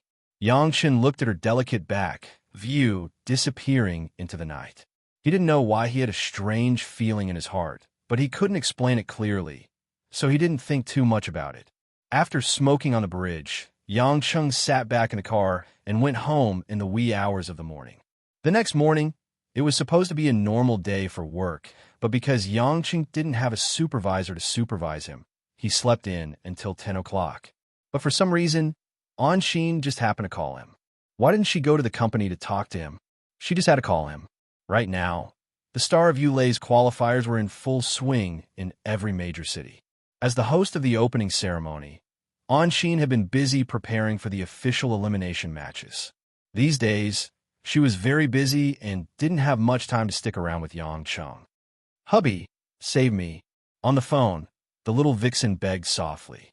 Just listening to it made people feel numb. Yang Cheng was wearing a pair of boxer shorts and had just sat up on the bed. Hearing this, the physiological phenomenon that had just softened rose again. It's been the whole morning. What's there to save? Get to the point. Yang Chung helplessly touched his little brother. The Empress bullied me. I was almost scared to death by her. What are you talking about? Yang Chung frowned. The Empress was obviously talking about Lin Ruoshi. What did she mean by scared to death? So he asked, tell me more clearly. Ruoshi isn't a monster. Why would she scare you? With that clever brain of yours, how could you be scared by Ruoshi? It's more like you bullied her. Just tell me what Ruoshi wanted you to do. Sister Lin, she suddenly rushed into the office this morning and pulled me out. She said that she had already practiced the dolls game we played at the resort. She insisted on competing with me to see who could hit the doll first. She dragged me to the amusement park in the Central Park to play that game. Anshin said gloomily. Yang Chun was stunned. A game of smashing dolls? Thinking back, he remembered that when he accompanied Hui Lin to relax at the resort, Lin Ruoshi threw a few thousand yuan but failed to hit a doll. At that time, Lin Ruoshi was proud and arrogant. She didn't want to lose to Anshin. So, she bought a basket of balls and went back to her room to practice smashing things. He thought that after the disaster at Yulei, she had forgotten about it. It turned out that she had never forgotten about it. She even secretly practiced it and hid it from him. She wanted to compete with Anshin. Yangshin couldn't help but sigh. His wife was actually very stubborn about many things. She was even in a state of fanaticism. How could she be so stubborn about something like this? He didn't know whether to call her cute or terrifying. After laughing bitterly, Yang Chung said, with that glib tongue of yours, Ruoshi would probably let you go if you begged and acted coquettishly. That's not it. Hubby, you don't know this. Sister Lin is completely immune to all negative statuses. No matter what I say or do, she doesn't hear or see it. She insists on competing with me. I've already smashed more than 200 balls this morning. My hand is almost crippled. I'm hiding in the public toilet now, secretly calling you. Anshin was about to cry. Yang Chung was puzzled. Why don't you just lose to her on purpose? Don't you have any acting skills? This time, Anshin really cried. She said on the phone with a sobbing tone, it's not that I'm pretending to lose or not. It's Sister Lin. She smashed more than 500 balls, but she still didn't hit the doll. And she doesn't let me go. Chapter 455. On the other end of the phone, Anshin was clearly on the verge of a breakdown. He didn't know what kind of terrifying aura Lin Ruoshi exuded to make Anshin, who had always been bold, so afraid. Yang Chung rubbed his forehead, feeling a headache coming on, and said, tell me the exact location in the Central Park. I'll go find you guys now. Yang Chung felt that he had to go and drag Lin Ruoshi back like last time before that stubborn woman would give up. Anshin immediately told him the exact location as if she had been freed.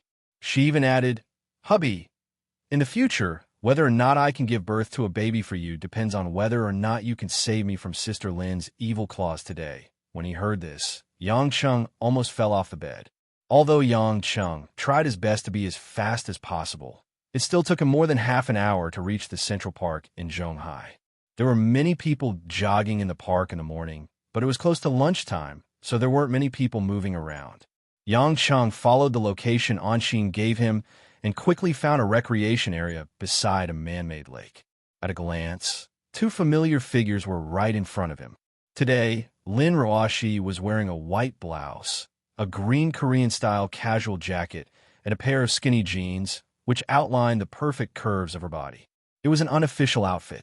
At this moment, Lin Ruoshi was standing in front of a plushie table. There were two large baskets of plastic balls in front of her. She kept picking them up and throwing them at a pile of plushie placed on a stair not far from her. However, he didn't know if the sister was doing it on purpose, but every time she threw the balls, she would brush past the plushie of all sizes. She just couldn't hit them. Seeing that Lin Ruoshi's pretty face was flushed and her forehead was covered in sweat, she must have been throwing for a long time. Fortunately, she had amazing perseverance, and her eyes were still so focused. Not far from Lin Ruoshi, Anshin was wearing a purple top and a light violet skirt. She was originally a charming beauty, but at this moment, because her whole body was sore and her legs were weak, She was dispiritedly rubbing her calves and arms from time to time. Her face was filled with bitterness and helplessness. What made Yang Chung not know whether to laugh or cry was the owner of the game booth. It was an auntie in her 50s or 60s. The auntie was currently lying on the table next to the booth, dozing off. When Yang Chung walked closer, Anshin immediately looked as if she had seen her savior. She jogged up to Yang Chung and tugged at his arm.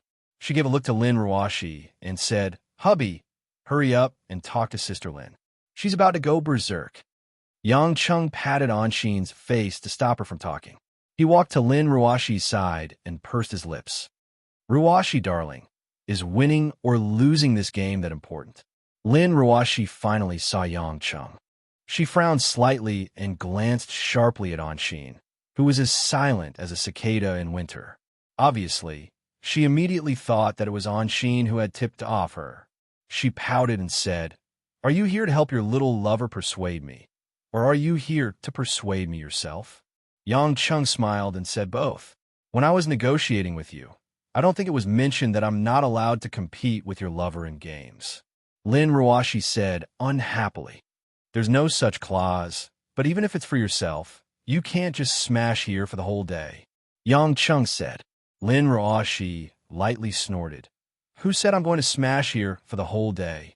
When I was practicing at home, I clearly hit the third one. I don't know what's wrong with me today.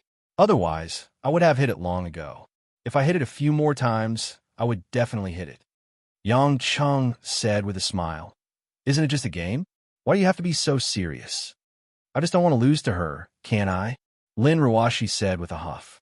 At the same time, she looked at Anshin, who had a pleading expression on her face. "I don't believe that she can hit it, but I can't." "Isn't there a lot of things that you can do that Anshin can't do? There are always things that people are good at and not good at. You're already very outstanding. How many women can manage such a large company? Do you have to surpass others in everything?" Yang Chun tried to persuade her.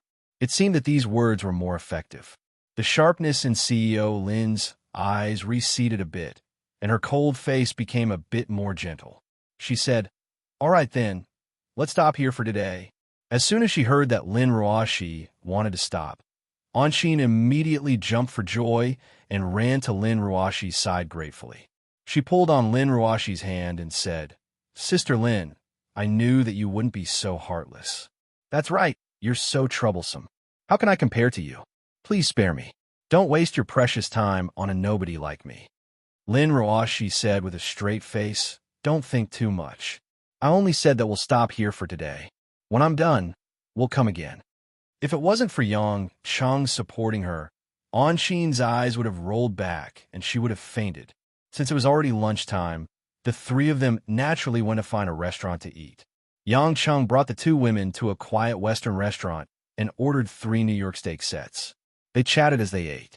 Although Anshin was obviously the third party, there was no awkward atmosphere at all on such an occasion.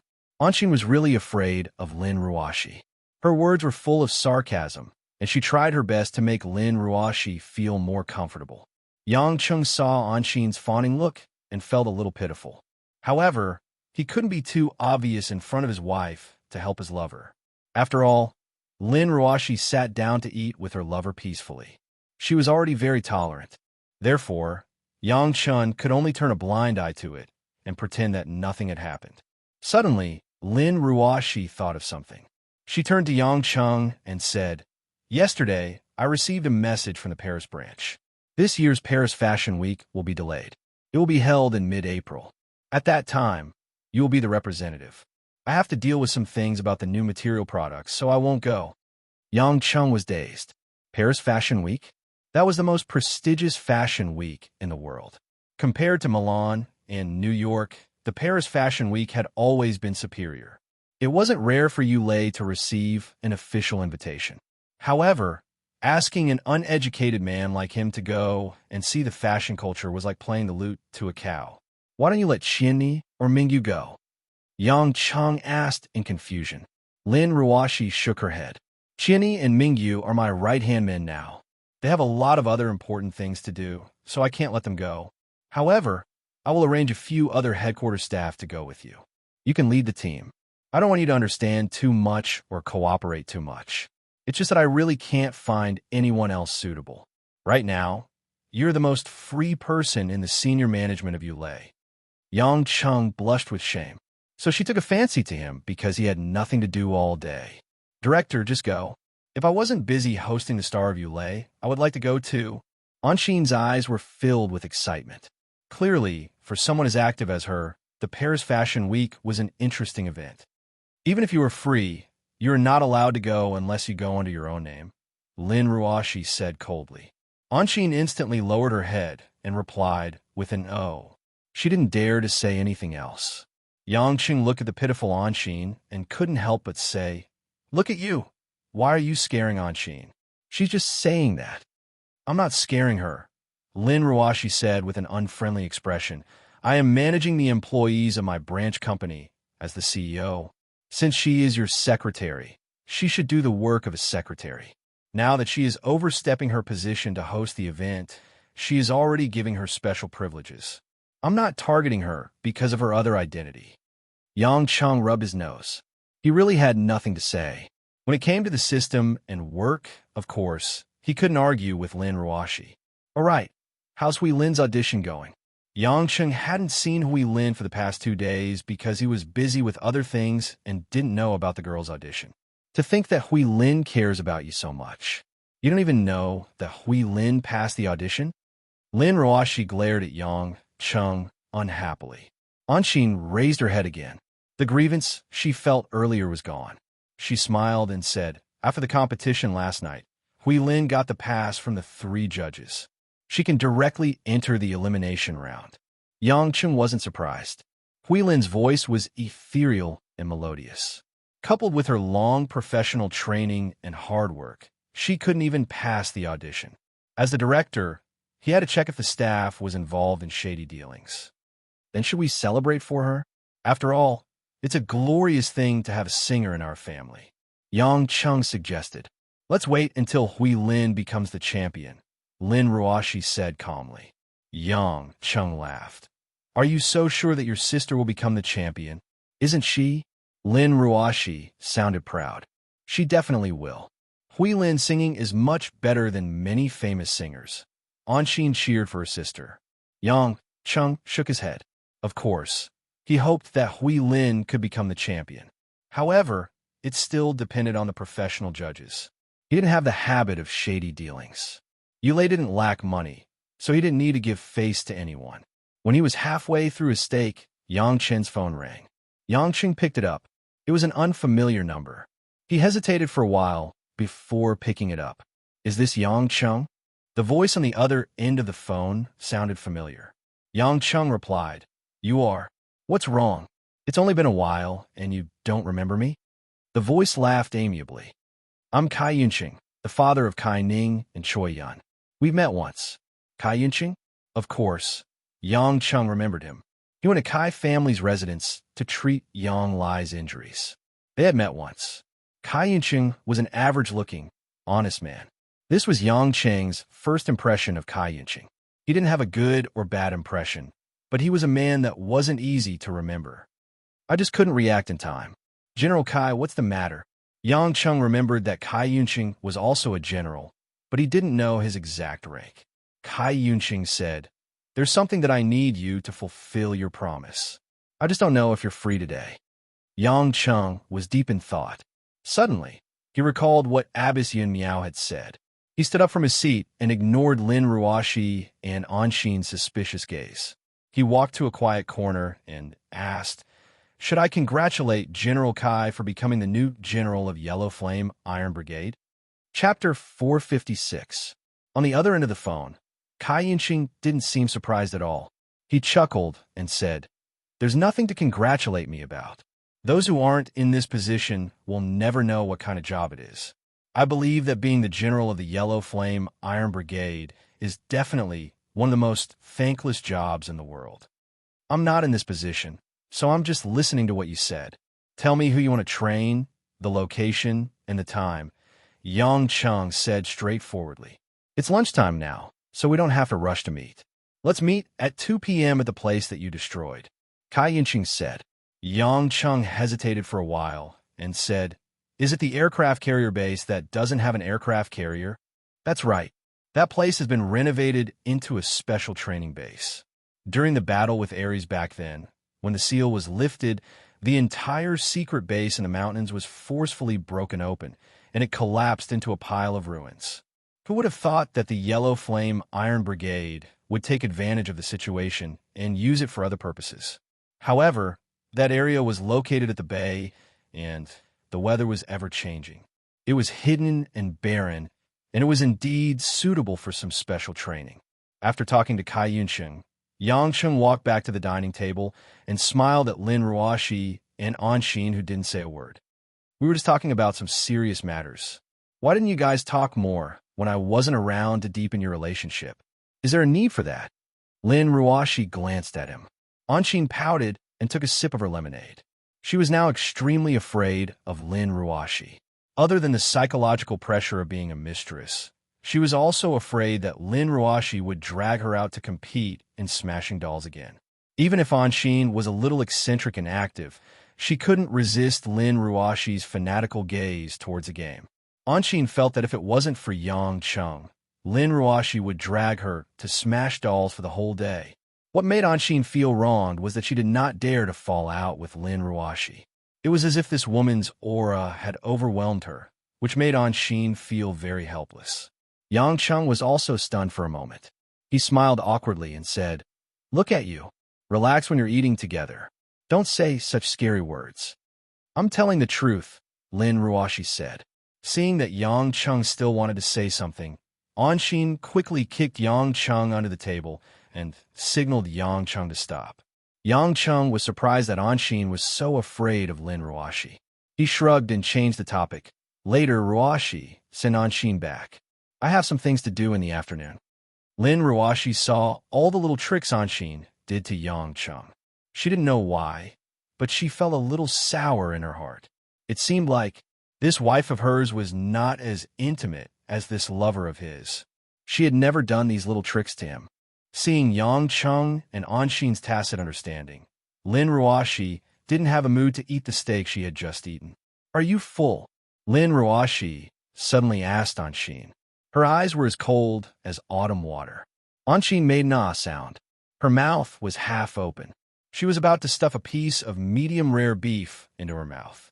Hearing Lin Ruoxi's question and seeing Lin Ruoxi's piercing gaze, her hand couldn't help but tremble and drop the piece of beef.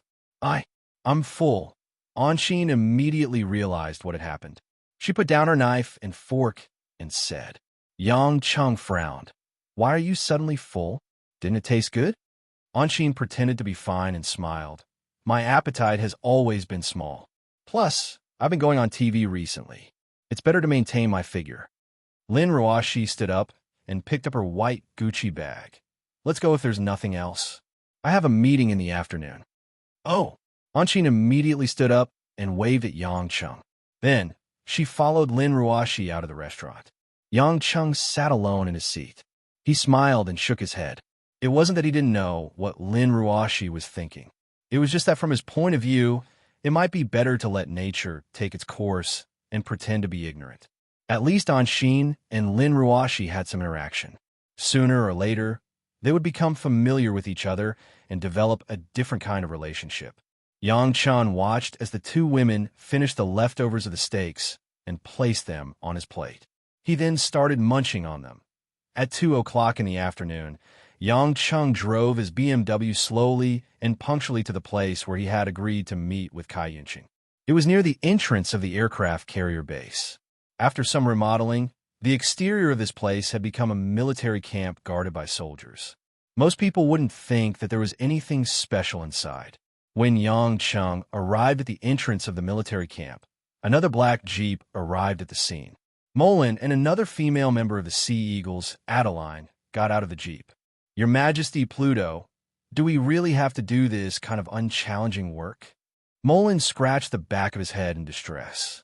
He smiled at Yang Chung and said, "I think that staring at those monitoring devices is more interesting than teaching a bunch of people with poor foundations." Yang Chung reached out and slapped the white man's head. How can you say that they have poor foundations when you haven't even seen them?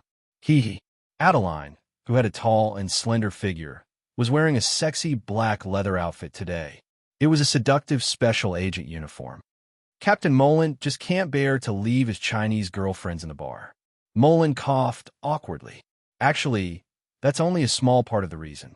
The main reason is that I've seen the combat power of the Dragon Team. The regular members of the Dragon Team are also slightly weaker than us. I'm really not interested in being a reserve member of the Dragon Team. If they're at the same level as you guys, then it'll be sparring, not training. Yang Chung shook his head and said, the reason why you're not interested in this job is because the members of the Sea Eagles are all super elites selected by Sauron from all over the world. When you guys entered the Sea Eagles, your strength was already recognized. Naturally, you won't be interested in the weak. But you have to know that not everyone has the opportunity to fight poisonous scorpions in the deserts of the Middle East. Not everyone has the opportunity to fight in the bitter cold and wolf packs in the snowy plains of Northern Europe. Mullen nodded, obviously accepting this explanation. Moreover, if you guys don't train them, do you really want me to personally take care of them every day? Yang Chung glared at Mullen. Mullen immediately lowered his head. Of course not, His Majesty Pluto. I'll be happy to help. At this moment, a dark green bulletproof SUV drove out from the depths of the military camp. Kai Yunqing and Tsunami from Dragon One's team got out at the same time. As always, Tsunami wore a pair of gold-rimmed glasses. He was dressed like an office worker in a suit and a white shirt with a tie. He looked like a gentle scholar. It was impossible to tell that he was the team leader of Dragon One's team. Kai Yunqing had changed into the clothes that Lin Jigua used to wear. Because he was taller and younger than Lin Jigua, he looked more handsome and handsome. Haha, welcome, welcome. These two must be the members of the Sea Eagles that you mentioned. Yang Chung. Kai Yunqing stepped forward and shook hands with Yang Chung. He then took the initiative to shake hands with Mullen and Adeline. Tsunami followed behind and nodded to greet Yang Chung with a smile. After all, Yang Chung had saved Dragon One's team. They could be considered old acquaintances. They hadn't seen each other for a long time. Mullen and Adeline behaved themselves and greeted Kai Yunqing in Mandarin in a friendly manner. They also introduced themselves. You don't mind if I let the members of Sea Eagles train the reserves, do you? Yang Chung asked with a smile. Of course not, Kai Yunqing said.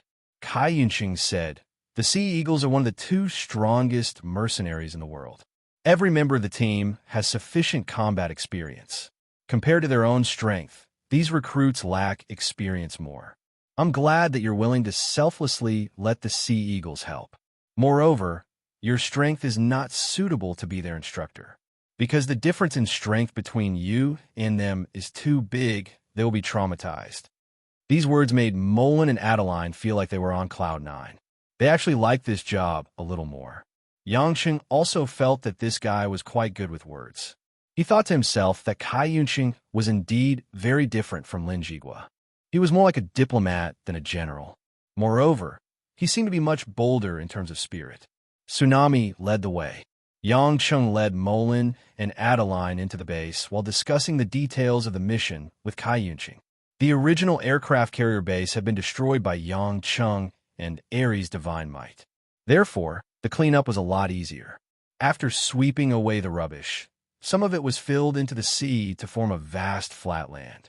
Many circular concrete walls were built by the sea. Based on scientific principles, the impact of the tides was reduced to different levels. It was probably used for impact training. Because there was not much time, the buildings were mainly made of wood. However, it was only a temporary training base after all. Therefore, it was not a problem to just provide food and accommodation. In one direction of the base, there was a shooting range and other training ground for guns and ammunition. Not far away, there was a stretch of uninhabited beach, which was very suitable for field training.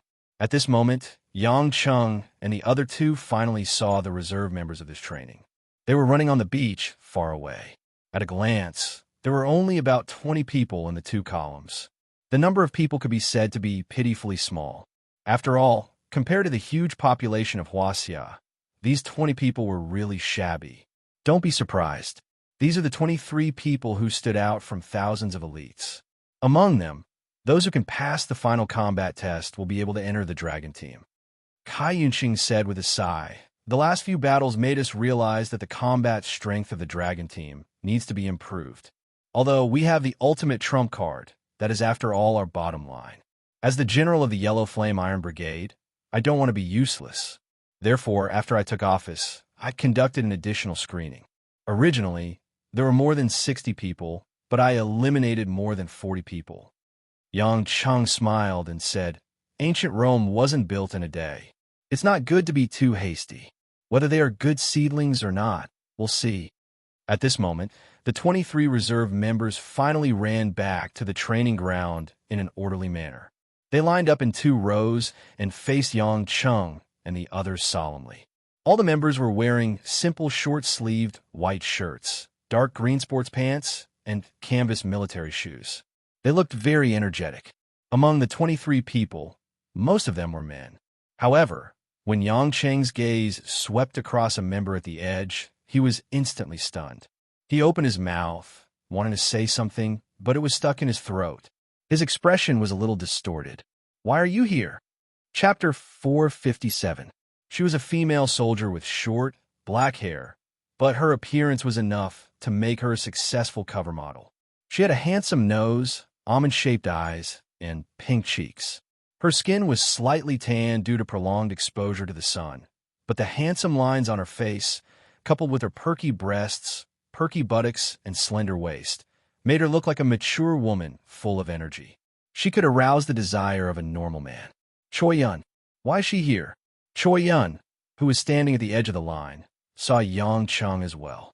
However, this woman who had confessed everything to Yang Cheng did not seem to know Yang Cheng at all. She did not say a word and looked straight ahead. Kai Yunqing, who was standing at the side, acted as if he didn't know that his daughter was in the room. He said to the group of team members, "This is Mr. Yang Cheng. He will be the chief instructor this time, but because Mr. Yang doesn't have enough time to be in charge of the training, he has asked 2 of his best men to train you for the next 2 months." At this time, Mullen and Edlin stepped forward and greeted the group of team members.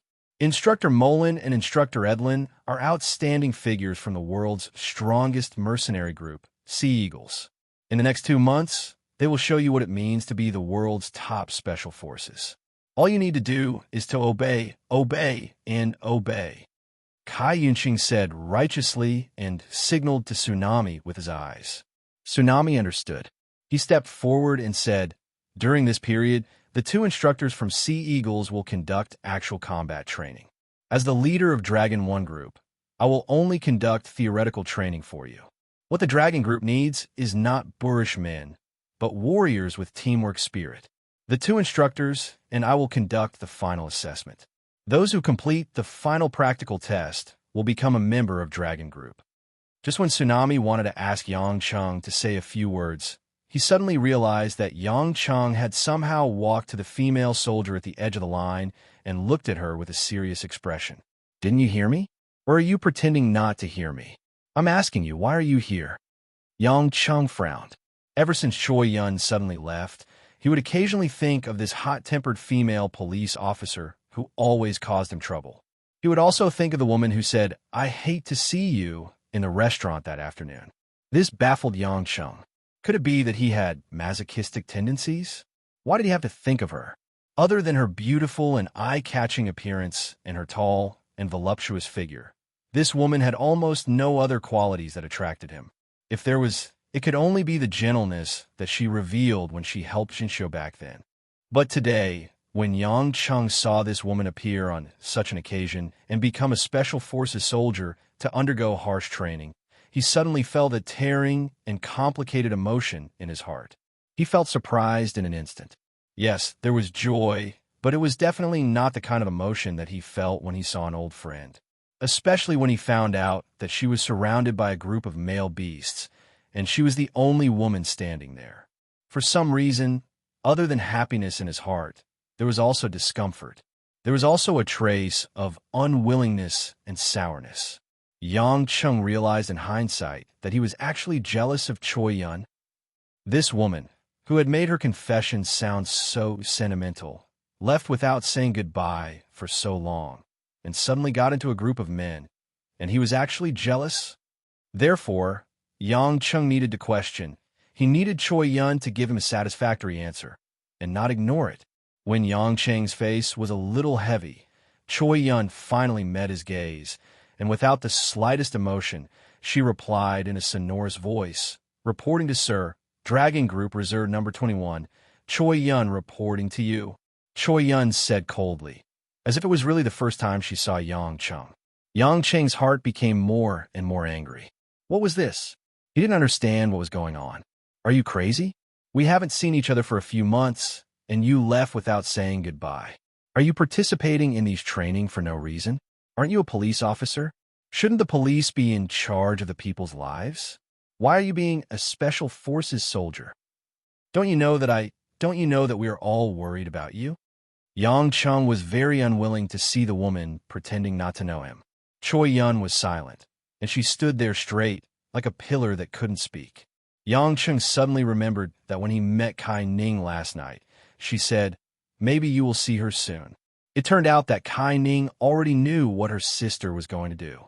Yes, on that cold winter night, Kai Ning suddenly rushed into the Dragon Garden Villa and said, "If anything happens to my sister, I won't let you go."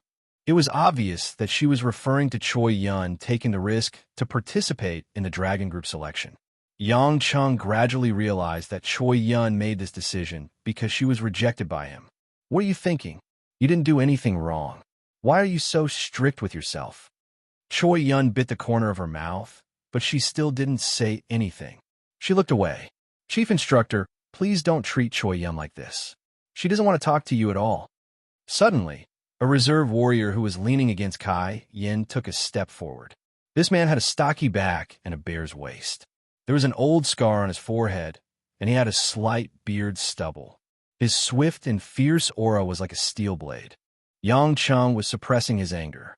Seeing someone come out to save the damsel in distress, his gaze shifted to the man. The tall man felt a chill in his bones, but he didn't retreat. Instead, he resisted Yang Cheng's cold aura with difficulty. Yang Chung let out a long sigh. He knew he went overboard, but he didn't know why. But when he saw Choi Yun's outfit, her tanned face, and her indifferent expression, he had the urge to give her a slap. Thousands of the nation's elites. Among them, more than 60 people stood out, and then 23 people were separated from them. With this kind of probability, how many trials and tribulations did she have to go through to get to this point? Although this woman was quite capable, she was only an elite in the police force.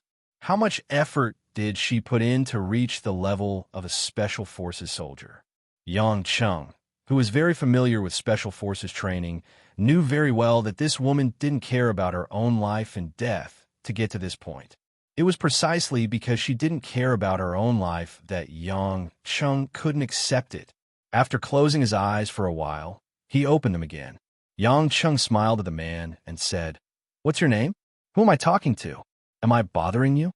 "Sir, I'm Dragon Division Reserve Soldier number 16, Balgler. I don't think the instructor can force my comrade to have a private conversation," Balgler said loudly. Hearing this name, Yang Chung suddenly realized that this man was a Mongolian.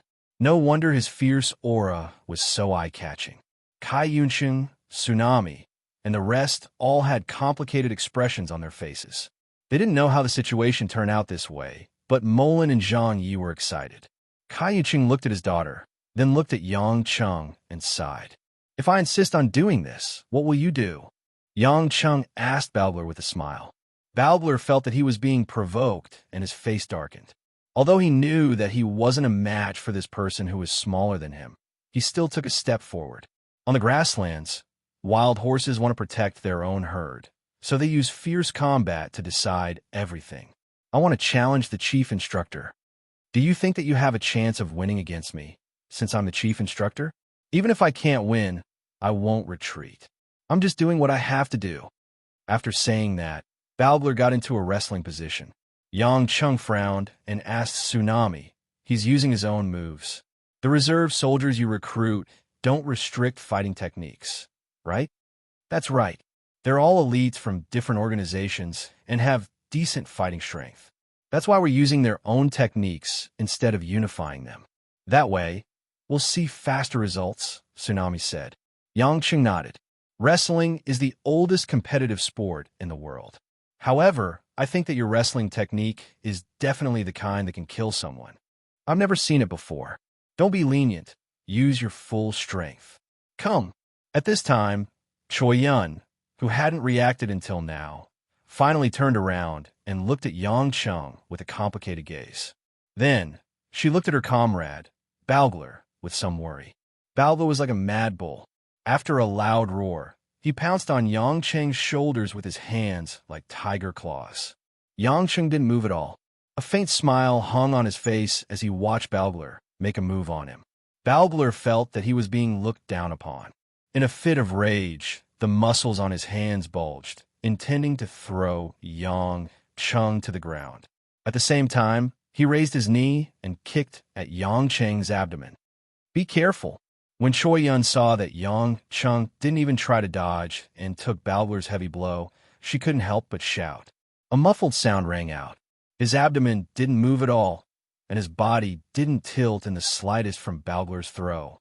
Everyone could feel that Balgler wasn't going easy on him. Yang Cheng really wasn't affected at all.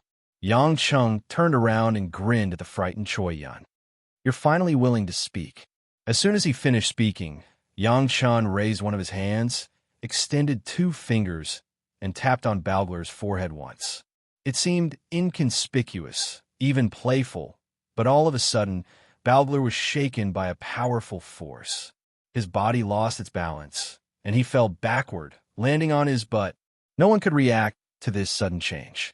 How was it possible that such a huge man was knocked to the ground by 2 fingers? Although Kai Yunqing had read about Yang Cheng's strength, this was the first time he had seen such a godly technique. He couldn't help but widen his eyes, unable to come back to his senses. This was even more so for the other reserve soldiers. This situation had already surpassed their imaginations. Balgler was a top-notch expert among them, yet he was easily pushed down by 2 fingers. On the ground, Balgler's face was ashen. His tiger eyes were wide open, revealing a look of disbelief. Yang Cheng squatted down and reached out to Balgler, laughing. I admire your courage to speak up, but next time, remember that you're a human, not a wild horse. A wild horse won't cower because it's a horse and you're a human. Don't say this is what you should do, because that's all bullshit. If you know you're no match for me and you still want to throw away your life, then you're worse than a beast. Balgler was stupefied. After a long time, he reached out with a trembling hand and grabbed Yang Cheng's hand. Yang Cheng pulled him up and patted his shoulder. Return to your position. Balgler returned to his position, but he lowered his head and didn't say a word. Yang Cheng sighed and looked at Choi Yun. Choi Yun was also looking at him. At this time, the woman's eyes were moist, as if she knew that Yang Cheng was accusing her of not knowing how to take care of herself. Yang Cheng didn't force Choi Yun to say anything else. He loudly said to everyone, I won't participate much in your daily training, because in my eyes, you're no different than ants. Don't be angry. Don't feel like you're being looked down on. Don't feel humiliated. Face my words calmly. You are indeed ants. Even I am an ant in the eyes of some people. There's nothing to be ashamed of. If you hope that one day you won't be easily pushed down by me with 2 fingers like Balgler did, then take your training more seriously. As Yang Cheng spoke, he pointed at Molin and Adeline. I will draw up a general training plan for you, and the 2 of them will be responsible for carrying it out. From today onwards, you will officially begin the first step of your training. It won't be physical training, weight training, combat training, or training with guns and ammunition. Your first lesson is to run. As soon as he finished speaking, all of the students who had just been solemn, including Kai Yunqing and Tsunami, almost staggered and fell to the ground. Only Molin and Adeline looked at each other and smiled, as if they knew that Yang Cheng would say this. Chapter 458. Don't look at me in disbelief. You heard me right. We're running away. The final victory would always belong to those who survived, and those who survived were often the ones who escaped successfully. As long as you're alive, there's always a chance. Yang Cheng pointed at the stretch of beach not far away. This is a good place to do it. In the next few days, Molin and Adeline will be your enemies. They'll be hunting you down on this beach. You could do anything you want. There's only one goal, which is not to be defeated by the two of them. Escape to the other side of the beach, Yang Chun said with a smile. Sir, I don't think this is a professional training at all. There are 23 of us and only 2 instructors. They can't stop us, a man with a long and thin face said with some dissatisfaction. The other team members also felt that this training was ridiculous. They were able to defeat hundreds and thousands of people to get here, so they naturally had the ability to be proud. This time, Yang Chung didn't say anything. He signaled to Molin and Adeline with his eyes, and the two of them walked forward. Everyone, my Mandarin isn't very good, but I'm sure you'll be able to understand me, Merlin said to the students with a smile. Now, as your instructor, I hereby announce, run begin. As soon as he finished speaking, none of the students moved. Most of them looked at Molin and Adeline with disdain, as if saying, what can you do to me? They didn't believe that people like Yang Chung, who could take down Bargler with just 2 fingers, were everywhere on the street. But in the next moment, everyone was shocked. Adeline, who was originally standing 3 meters away, suddenly took a lightning-fast step forward and elbowed the nearest student in the chest. Ah! With a cry of pain, the seemingly strong man was sent rolling 2 meters away by the force of the blow. Adeline was tall and full of explosive curves. At this moment, she looked at the other students with disdain, and an evil smile appeared on her face. It's already begun. Didn't you hear? Of the remaining 20 or so people, more than a dozen immediately chose to flee, while the remaining 10 waited solemnly, intending to join forces to snipe Edlin and Molin. After a moment of hesitation, Choi Yun turned around and retreated to the other end of the beach. She glanced back at Yang Chung, but did not say a word. Soon, the remaining students realized that their estimations were completely wrong.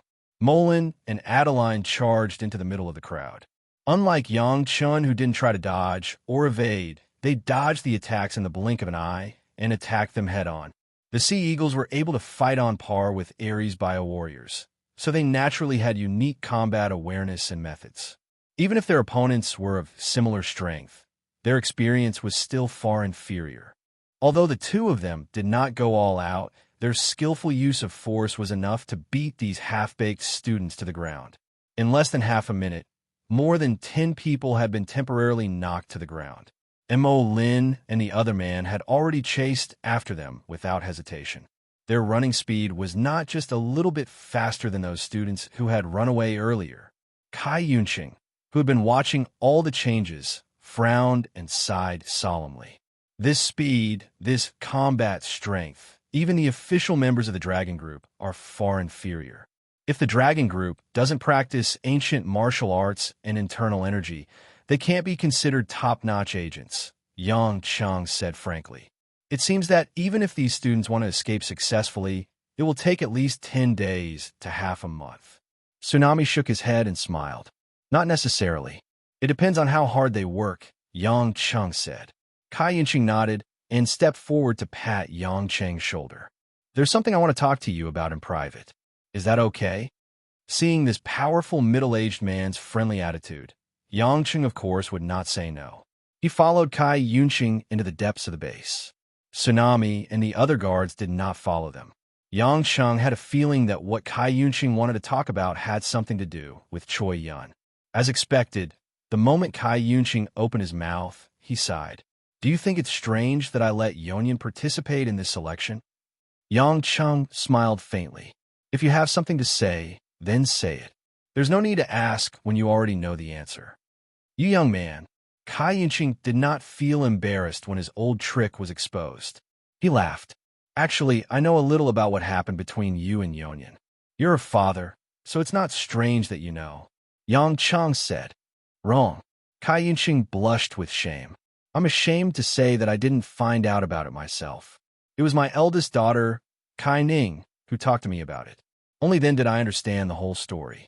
The woman he saw last night flashed in his mind. Yang Qing couldn't help smiling bitterly. She knew a lot about his private affairs. Kai Yunqing chuckled and slowly explained, My eldest daughter, Kai Ning, has been a good role model since she was young. It can be said that Yeonyeon grew up under her sister's halo. Yeonyeon's goal since young was to be like her sister, to become an expert that can come and go without a trace. Although she only recently found out what her sister did for a living, it didn't stop her from worshiping her sister. Perhaps it's because our Kai family has a high status and has a member of the group of 8 like Ning-er. Yeonyeon has been arrogant since she was young and often offended people. Since young, I've cleaned up after her a lot.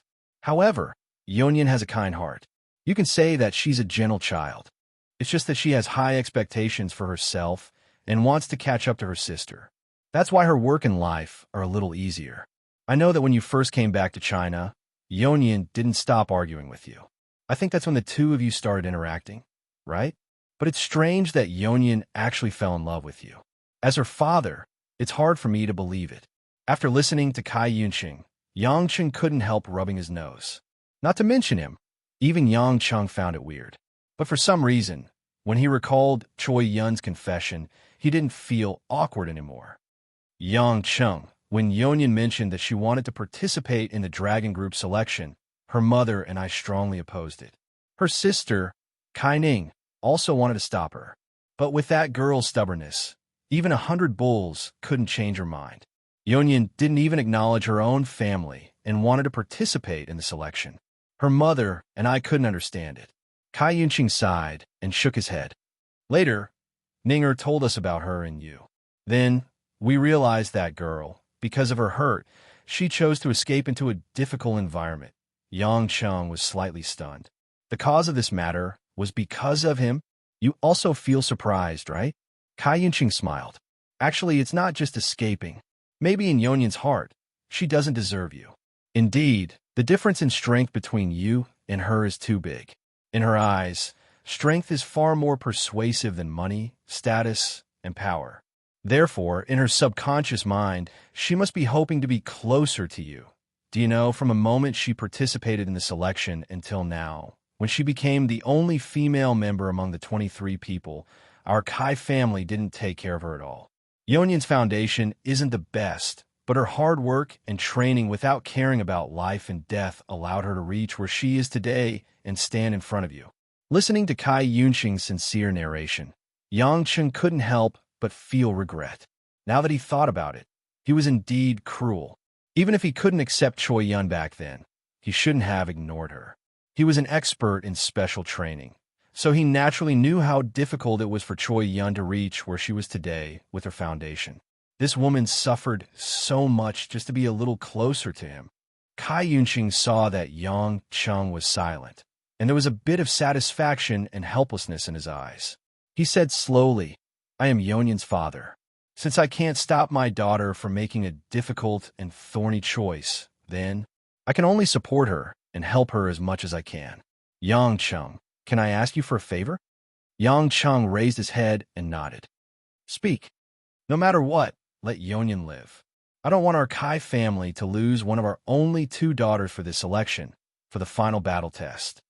Kai Yunqing said solemnly, this isn't a request from the head of the Kai family, the head of the military, or the general of the Yellow Flame Iron Brigade.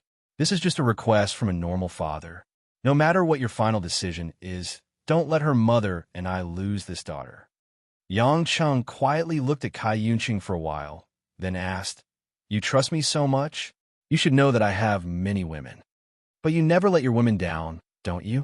Kai Yunqing said, since Yeonyeon can't love another man, then even a little bit of love from the one she loves is the best outcome. Yang Cheng didn't expect Kai Yunqing to suddenly be so open-minded. He was even willing to give his daughter to him as a mistress. You're indeed more daring than Lin Jigua. He's been keeping a close eye on me. You, on the other hand, are sending your own daughter to me as soon as you've taken office. Yang Cheng laughed happily. Kai Yunqing didn't answer. He only looked in the direction of the beach in the distance. At this time, Mullen and Adeline were already in the second round of hunting for the reserve team members. Their training was already in full swing. After a long time, Kai Yunqing turned his head and said with a smile, the reason why Lin Jigua is keeping a close eye on you and not letting himself be taken advantage of is because he's afraid of you. He knows that the final decision lies in your hands. I'm different. I already know that the seniors from Hongmeng are at the back, so I can trust that you're friendly. I'm not afraid of you, so of course I won't think too much and make a radical mistake. To me, working with you is the best choice. Yang Chung narrowed his eyes. It seemed that the people above had done a lot of consideration before choosing Kai Yunqing as the new master of the Yellow Flame Iron Brigade. Now it seemed that the revival of the Yellow Flame Iron Brigade was only a matter of time. Just as Yang Chung was about to ask Kai Ning about that woman and whether she would get into trouble for helping him, the phone in his pocket rang. Yang Chung took it out and saw that it was a call from Zhao Dong. Because it was the eve of the elimination match of the Star of Yulei, many things were urgent. Yang Chung couldn't care less and picked up the phone first. "Director, can you come back to the company as soon as possible?" Zhao Tong said helplessly and anxiously. "There's a VIP who wants to see you." Chapter 459. VIP? Yang Chung thought for a moment. He had already made arrangements for Kristen. What other VIP would he need to meet? Is it someone I know? After Yang Chen asked, he felt that it was impossible. There were only a few influential people he knew. They didn't put on airs, and they wouldn't ask others to call him and meet him whenever they wanted. Zhao Tong smiled bitterly. She is one of the most important judges for the elimination round of Star of Yulei. She is the new Asian diva from Korea, Miss Yoni. Yoni? Yang Chung frowned and pondered. He didn't know her at all. Although he didn't pay much attention to the entertainment industry, and it was normal for him to not know any diva, why did the Yoni want to meet him? Zhao Tong seemed to know Yang Cheng's character and Yang Chung well. He continued, Miss Yonhee is the Asian diva who rose to fame 5 years ago. Last year, she was nominated for the Grammy Award for Best Female Singer. However, she lost to Miss Kristen. However, her popularity in Asia is on par with Miss Kristen. Coincidentally, she's going to hold a concert in Zhonghai. Therefore, her schedule coincides with our Star of Yulei selection. I discussed it with Wang Jie and sent an invitation to Miss Yoni's management company. They accepted. I don't really understand what you're talking about. Since you said that she's a VIP, then so be it. Why is she looking for me? Yang Chung asked. This is the first time Miss Yoni came to our company to discuss some issues regarding the recording of the show. She said that if the director didn't talk to her personally, it would be disrespectful to her. Zhao Teng whispered. Yang Chung smiled. She was a woman who liked to act like a big shot. Come to think of it, this woman, named Yu Yonhee, had always been the center of attention. When she came to Huaxia, there would be a huge crowd to welcome her. She thought that she was reluctantly participating in a talent show. However, if the person in charge didn't talk to her or even meet her face, she wouldn't accept it. All right, I got it. I'll be back soon. Yang Chen wasn't angry. Everyone had a temper. Celebrities were modest and polite on the surface, but most of them were narcissistic people. If they didn't like to flaunt themselves, most people wouldn't become celebrities, let alone big stars who were arrogant. Therefore, it was not that they were bad, but that it was human nature. Yang Chung understood it very well. After hanging up the phone, Yang Chung said to Kai Yunqing, I have to deal with some company matters. I can't guarantee anything about what you just said, but I can guarantee that your daughter's life won't be in danger. I will send Choi Yen back to you. Kai Yunqing chuckled and said, as long as she's fine. Our daughter has grown up. She can't always be by her parents' side. As long as she lives a good life, her mother and I can accept it. Yang Chung sighed. Big families were indeed different. It was obvious that they were telling him that if Choi Yun wanted to be a mistress, they wouldn't stop her. It was undeniable that when Yang Chung saw Choi Yun again, he had a strange feeling in his heart. However, it was still unclear whether he liked or loved her. After saying goodbye to Kai Yunqing and the others, Yang Chung drove for about half an hour back to Yulei Entertainment. Then, he went upstairs to his office. Outside the office, there were actually 4 bodyguards in suits and leather shoes. Looking at their squarish appearances, it was obvious that they were Koreans. A female star who needed 4 bodyguards would definitely not have a low status. After all, this was a company, not a street. Seeing that Yang Chung wanted to go in, the 4 bodyguards didn't stop him. They were all experienced people, so they knew who to let go and who to stop. When he opened the door, Yang Cheng could feel the awkward atmosphere in the office. Zhao Teng and Wang Jie were sitting on the sofa in a reserved manner. Wang Jie was frowning, but she didn't dare to say anything. On the other hand, on the swivel chair that Yang Cheng usually sat on, there was a graceful woman wearing a grayish-black striped low-collared sweater, a light brown pleated skirt, and white lace stockings. Her back was facing the door as she looked at the scenery outside the window and listened to music with her headphones. Looking from the back, the woman's back was full of feminine charm. Perhaps it was because she was dancing. The lines were extremely soft and exquisite. Below her neck, the vague outline of her chest and waist had a proud arc. Her long black hair was curled at the end, revealing a little bit of the mature charm of a little woman. Seeing Yang Cheng enter, Zhao Teng and Wang Jie heaved a sigh of relief. They stood up and greeted Yang Cheng. After Yang Cheng waved his hand, he walked up and asked with a smile, "Are you Miss Yoni?" The woman slowly turned her chair around and faced Yang Cheng. It was only then that Yang Cheng noticed that Yu Yonhee was wearing a huge pair of sunglasses that nearly covered half of her face. But even so, he could roughly see her face. Unlike most Korean female celebrities, there weren't any traces of plastic surgery on her face. Every line on her face was natural. She had a smooth, oval face, small and exquisite, a high nose bridge, and a pair of simple eyebrows. Even through sunglasses, one could see the halo of autumn water, and her skin was like fresh tofu that could squeeze water out of it. Although he didn't know how old this woman was, Yang Cheng felt that she looked like a high school student. "Your director, Yang?" Yu Yoni spoke fluent Mandarin, which surprised Yang Cheng. "Yes, I was dealing with some urgent matters, so I didn't know that Miss Yu Yonhee would be visiting. So I apologize for the delay," said Yang Cheng with a smile. A sweet smile appeared on Yu Yoni's lips. "You don't have to apologize to me. Director Yang must be wondering why this unreasonable woman wants to see you. Is she trying to put on a show? Am I right?" Yang Cheng didn't expect her to say that. He almost said, "Yes," but he immediately changed his mind. "Of course not. I should have welcomed Miss Yu Yonhee personally if she's willing to join the project." "Oh," Yu Yonhee asked curiously, "how can you address me like that? Don't you know that I hate it when people call me a heavenly queen? It sounds like you're saying that I'm arrogant and arrogant." As she spoke, Yu Yonhee removed her sunglasses, revealing a mischievous and provocative look in her watery eyes. Yang Cheng cursed in his heart. "What's going on? You're unhappy that I didn't come personally. So how can I offend you by calling you a heavenly queen?" But work was work. He couldn't possibly slap her just because he was unhappy with her flirting. "Since Miss Yu doesn't like it, then I won't call you that in the future," said Yang Cheng faintly as he retracted his smile. Yu Yoni sneered. "What's wrong? Are you angry, Director Yang? Do you think that I'm hard to please?" Yang Cheng gently chuckled and did not reply. He turned to Zhao Teng, who was covered in sweat, and said, "Let's get down to business. If this goes on, it'll be dinner time."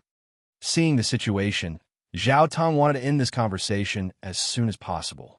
Thus, he immediately stood up and nodded his head. "Shall we talk in the conference room or here? The director has already reported the details, so we only need to explain it to them. It won't take much effort." "Here, wait."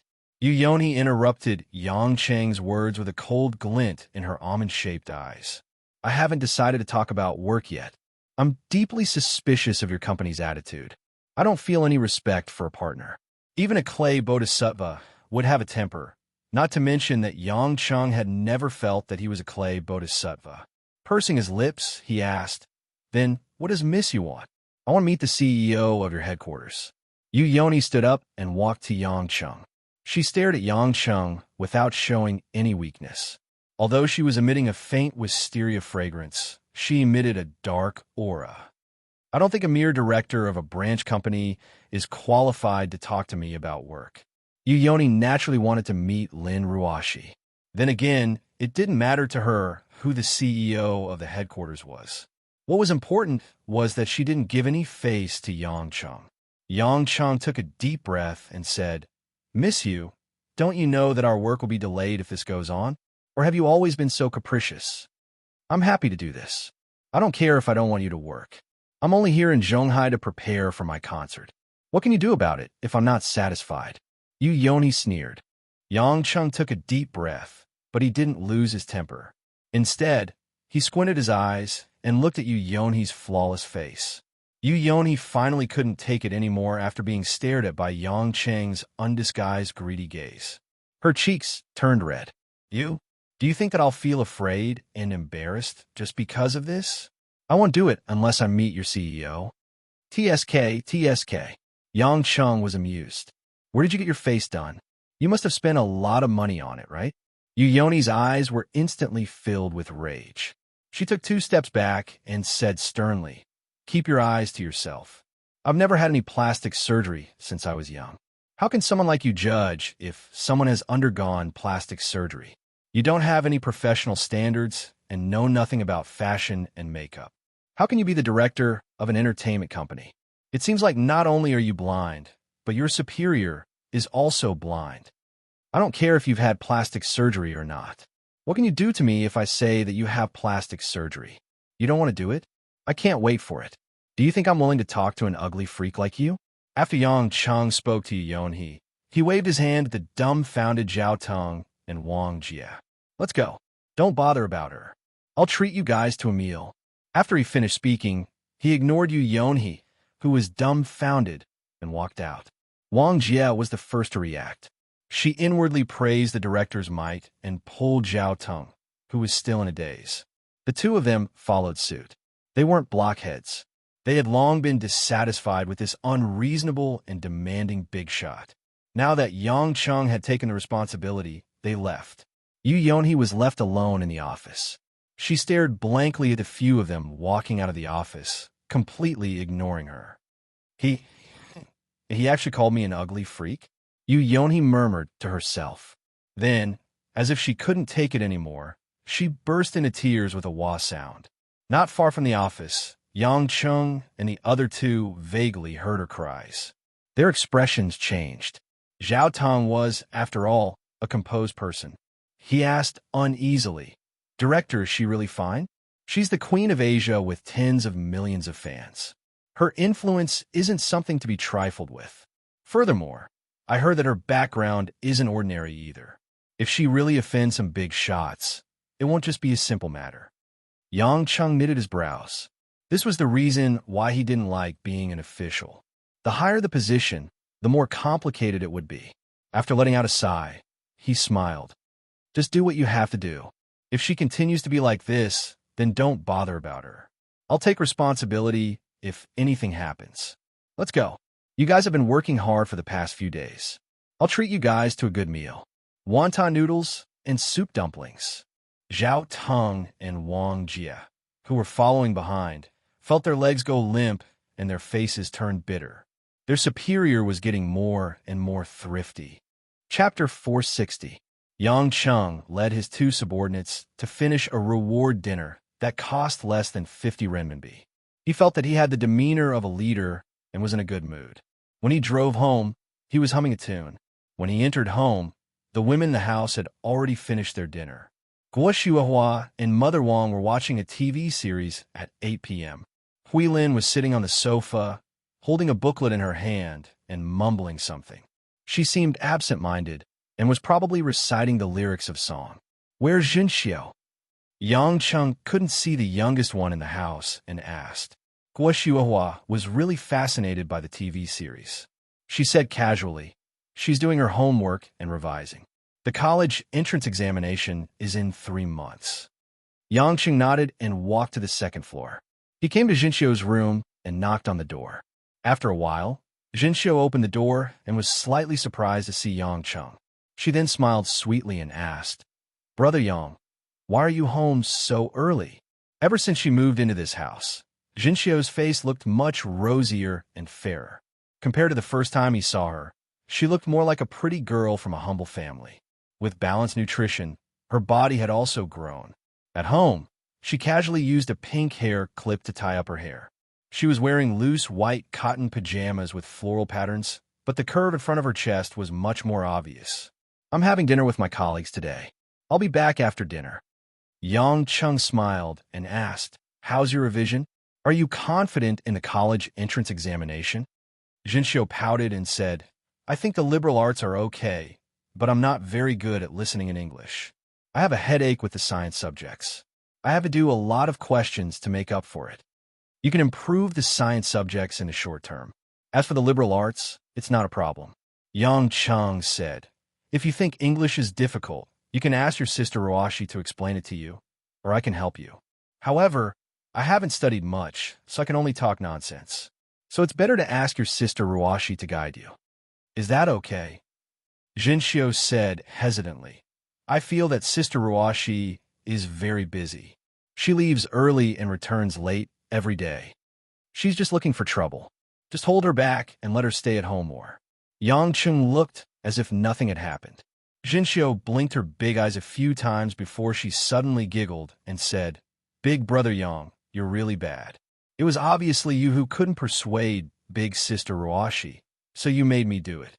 Yang Chung wasn't embarrassed that his thoughts were seen through. He chuckled and said, You're the clever one. Just then, Mother Wang's shout suddenly came from downstairs. Jinxiu lass, your classmate is looking for you outside. Classmate? Yang Chung looked at Jinxiu curiously. He didn't expect Jinxiu to have a good classmate looking for her so soon. He didn't think that this girl was the type who was easy to get along with. Jinxiu's expression changed. She seemed to think of a bad situation. She stamped her feet and scratched her hair. Her annoyed look was very cute. It can't be that guy. Who? Which guy? Asked Yang Chung. Jinxiu blushed and ran back to the room quickly. When she ran out again, she put on a coat and rushed downstairs. Yang Chung wondered what happened to Jinxiu, so he followed downstairs. When he saw Jinxiu go out, he also went out. Unexpectedly, when he just entered the courtyard, a shout almost made Yang Chung fall to the ground. Su Jinxiu, I love you, just like a big cat loves rice. The voice sounded very familiar to Yang Chung. He looked carefully outside the big iron gate and realized that the person who shouted was none other than his brother-in-law, Lu Mingho. Just like the other day, he had dyed his hair yellow and was dressed in a hip-hop outfit. He seemed to have changed into crystal stud earrings, which was very incongruous. He even had a tie tied around his chest. His sloppy and ordinary appearance was set off by this outfit, making him look like a hooligan. Behind Lu Mingho stood two tall and strong young men who looked to be about the same age as Lu Mingho. The two of them were holding a red banner with bright yellow boldface. It was blatantly written, Lu Mingho loves Su Jinxiu. At this moment, Jinxiu was standing behind the iron gate, her face flushed red. She was angry and embarrassed at the same time. She glared fiercely at the cheeky and flattering Lu Mingho, wishing she could tear him apart. Mother Wang and Guishuahua walked out. Hui Lin was startled by the earth-shattering roar. She put down the lyrics in her hands and ran out to watch with a gossipy look in her eyes. Oh, so it's the boy who likes Jinxiu. Kids nowadays really can't be underestimated. We didn't see such a scene when we were young. Mother Wang said with a smile. Obviously, in her eyes, this was just a child playing house, and it didn't matter. Guishuahua also smiled and shook her head. He treats Jinxiu like a kid every day. She is actually a grown woman. After this incident, she finally remembered that it's time for her to fall in love. Huilin looked like she was watching a show. It seems that Jinxiu doesn't like that boy. Also, why is he dressed so weirdly? Young people these days follow the trend. Of course, we can't understand it. Mother Wang said. Huilin pouted. She was obviously categorized as an old person. She felt helpless. At the same time, outside the iron gate, a big guy whispered to Lu Mingho. Boss, I think it's mice loves rice. Lu Mingho waved his hand. I don't care who loves rice. I love Jinxiu. Boss, you're wise. Another big guy flattered. Lu Mingho ignored them. He moved closer to the iron gate and said to Jinxiu with a smile, My dear, can't you see my sincerity? I told you, if you don't agree to be my girlfriend, I will come to your house and confess. You should believe my true feelings now, right? Hearing these words, Jinxiu was so angry that her lips turned pale. Her body trembled and she almost screamed, Get lost! I don't want to see you. Lu Mingho was shocked by her voice. He jumped a few steps back, and his expression was very stiff. Boss, sister-in-law rejected you. The big guy whispered again. Rejected my ass. My baby is playing with me. This is a sign that she likes me. Haven't you heard of the saying, women only get angry at the people they like? Lu Mingho said seriously. The big guy thought for a moment and said honestly, never heard of it. Ha! Lu Mingho slapped his underling's head. Then you've heard of it now. Boss, you're wise. Another big guy flattered again. Standing in the courtyard and watching from afar, Yang Chung suddenly wanted to laugh out loud. He didn't expect his brother-in-law to have such a funny side. But it seemed that Jinxiu's expression was more like she wanted to kill Lu Mingho. She definitely didn't like him at all. Jinxiu, my dear, just open the door for me. I really want to hug you. Lu Mingho walked forward with deep affection. He held the steel bars of the iron gate and looked at Jinxiu. Jinxiu couldn't take it anymore. She gritted her teeth and directly kicked Lu Mingho's finger. Ouch! Lu Mingho immediately retracted his hand in pain and looked at Jinxiu bitterly. Boss, sister-in-law hit you, the big guy said in surprise. Bullsh asterisk T. Lu Mingho wanted to refute, but didn't know what to say. In the end, he said, she hit me. Boss, you're wise. Wise my ass. Lu Mingho slapped the other big guy again. Yang Chung couldn't stand it anymore. He slowly walked to the door and patted Jinxiu's shoulder to calm her down. He then said to Lu Mingho, go back. Jinxiu doesn't like it. Lu Mingho was stunned. Seeing that it was Yang Chung, he was pleasantly surprised. Brother-in-law, why are you here? Jinxiu is my sister. Of course, she's staying with me. Yang Chung laughed. Just treat it as giving me face. Go back in the middle of the night. Do you want to get kicked again? Hearing Lu Mingho call Yang Chung brother-in-law, Jinxiu was surprised. She forgot to be angry and looked at Yang Chung in confusion. Lu Mingho, on the other hand, looked as if he had just heard an explosive piece of news. He rolled his eyes a few times and gave Yang Chung a look that said, I see. So that's how it is. Looks like we'll be even closer in the future. All right then, since brother-in-law says so, I'll go back first. But brother-in-law, you have to help me look after Jinxiu. I booked her. Go to hell. Who gave you permission to book her? Jinxiu was furious and scolded. Lu Mingho laughed and didn't care at all. He walked away with his two followers holding the banner and followed closely behind. Until Lu Mingho was far away, Jinxiu's chest was heaving up and down. She couldn't control her emotions. She was obviously angered by Lu Mingho. Yang Chung smiled helplessly. Looks like our Jinxiu is very charming. She's so infatuated with you. How pitiful. Yang, big brother, I'm going to get angry if you say that. Jinxiu pouted and said angrily. Okay, I won't say it. Yang Chung waved his hand in embarrassment. Speaking of which, how did you meet that guy? Is he in the same class as you? Not really, Jinxiu said gloomily. He just transferred from Beijing a few days ago. But once he entered the school, he set up a hooligan group called Green Dragon Hall. He seems to be very rich. A lot of strong hooligans don't dare to mess with him. He's from another class. I don't know why, but one day when I was eating in the canteen, he walked past me and suddenly asked me to be his girlfriend. I hate hooligans the most. Brother Yang, you know that. Yang Chung naturally knew that Jinxiu was referring to the time when she was a delinquent girl. The trauma from that time was indeed hard to erase. It was normal for her to hate delinquents. Since he doesn't like it, I'll talk to him next time and ask him not to harass you. Yang Chung stroked Jinxiu's hair and nodded. Jinxiu asked curiously, Brother Yang, why did he call you brother-in-law? You and his sister. Yang Chung grinned and rubbed his nose. Your brother Yang. Jinxiu had a I knew you expression as she glared at Yang Chung, playboy. Yang Chung tapped Jinxiu's forehead. What are you talking about? You dare to say that about your brother? Do you believe that I'll find someone to marry you to him tomorrow?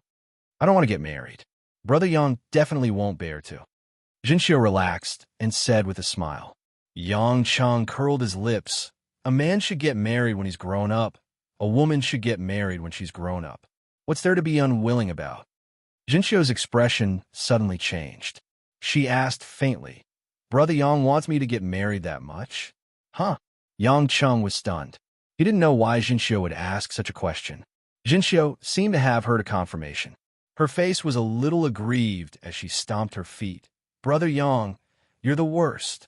After saying that, she ignored Yang Cheng's astonished expression and ran back into the house. Chapter 461. Yang Cheng admitted that he couldn't understand a girl's thoughts. Therefore, he didn't pay much attention to Jinxiu's sudden outburst. The next morning, Yang Cheng went downstairs to have breakfast. He saw that Jinxiu had already finished her porridge and was about to go to class. He thought that the outburst from last night had already passed. However, just as he was about to greet her, Jinxiu rolled her eyes at him and pretended that she didn't see him. She picked up her bag and walked out the door. Mother Wang came out with a plate of noodles and smiled. She glanced at Jinxiu and asked Yang Cheng, "Young master, why did Jinxiu throw a tantrum at you? Hasn't she always been obedient to you?" Yang Cheng spread his hands and said, "I'd like to know the answer to that question as well." At that moment, Lin Ruoshi, who had only returned home late from work, slowly walked down the stairs. She was dressed in a fashionable black spring dress and white lace stockings that wrapped around her slender calves. She wore crystal heels and held a silver-gray diamond-studded handbag in her hand. She looked like a Parisian fashion model, cold and elegant. Habitually ignoring Yang Cheng, Lin Ruoshi walked to the table and sat down. Suddenly, she said, "The kind of person deserves the kind of treatment." Yang Cheng almost fell to the ground. He looked at his wife across the table gloomily and thought that his position in the family was getting lower and lower, although it had never been higher. Halfway through breakfast, Lin Ruoshi spoke again. "Did you have a falling out with the new Korean queen, Yu Yonhee, yesterday afternoon?" Yang Cheng had half a steam bun in his mouth. He nodded and vaguely replied, "Emsheng." Lin Ruoshi looked at Yang Cheng with a complicated gaze and said, "I didn't expect that you would have a falling out with a beauty." Cough, cough, cough. Yang Cheng choked and tears rolled down his cheeks. He smiled bitterly and said, "Wifey, do you have to be like this? I'm not a breeding pig. How can I have sex with a beauty?" "A breeding pig has sex with a sow," Lin Ruoshi said with a frown. Yang Cheng couldn't understand why Lin Ruoshi was so serious about his words. He smiled embarrassedly and said, "That's what I meant anyway. Yu Yonhee isn't a good person, so I naturally can't be bothered. She doesn't matter if she comes or not. You're the director of the company now. It's better to avoid trouble. You'll only bring harm to the company if you go against them so directly," Lin Ruoshi said seriously. Yang Cheng furrowed his brows. He thought of something and guessed unhappily. "Did that woman cause trouble for you?" "Not really." Lin Ruoshi finished her breakfast and wiped the corner of her mouth with a wet towel. She said, "Last night, Yu Yonhee's management company in Korea took the initiative to ask me to reconcile with them and continue to fulfill Yu Yonhee's role as a judge in Star of Yulei. I think they don't want to let go of the opportunity to be on the same stage as Kristen. However, they were worried that you wouldn't agree, so they came to me directly." Yang Cheng grinned. "The Sumida people are quite smart. I wouldn't have agreed if they told me. You can say that I'm being stubborn or that I'm being stubborn, but I have a temper that doesn't yield to soft or hard tactics. Restrain your shameless behavior. When will you be able to speak properly? Now that I've told you, just agree," Lin Ruoshi said. Yang Cheng looked at Lin Ruoshi seriously for a while and nodded. "I have no reason to refute you, since you put the company's interests above everything else. Anyway, everything is yours. I'll just help you with the odd jobs. You could do whatever you want." Lin Ruoshi furrowed her brows. "I'm discussing it with you, not giving you an order. There's no need to discuss it. You can make the decision on such a small matter," Yang Cheng said casually. Lin Ruoshi was a little angry. How is this a small matter? But when she recalled the loan from the Swiss bank, she felt that it was indeed a small matter. Lin Ruoshi looked at the man who was drinking his coffee casually and shook her head. She stood up from her seat and said, "Tonight, I'll be bringing some of the higher-ups of Yulei to the meeting of the Star of Yulei's judges. You'll have to think about how you can meet Yu Yonhee without feeling awkward. Find out the time and venue from your subordinates. Don't forget it." Yang Cheng was stunned. He didn't know that he had a social engagement tonight. Just when he was about to ask if he could skip it, Lin Ruoshi had already walked out of the door. Half an hour later, Yang Cheng arrived at the company. When he entered the office, he saw Anshin, who hadn't been to the company for a few days, in the office.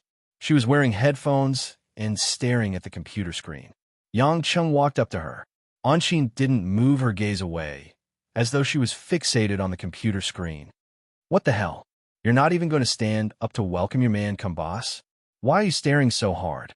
Yang Chung walked to Anshin's side and saw a high-definition video on the computer screen.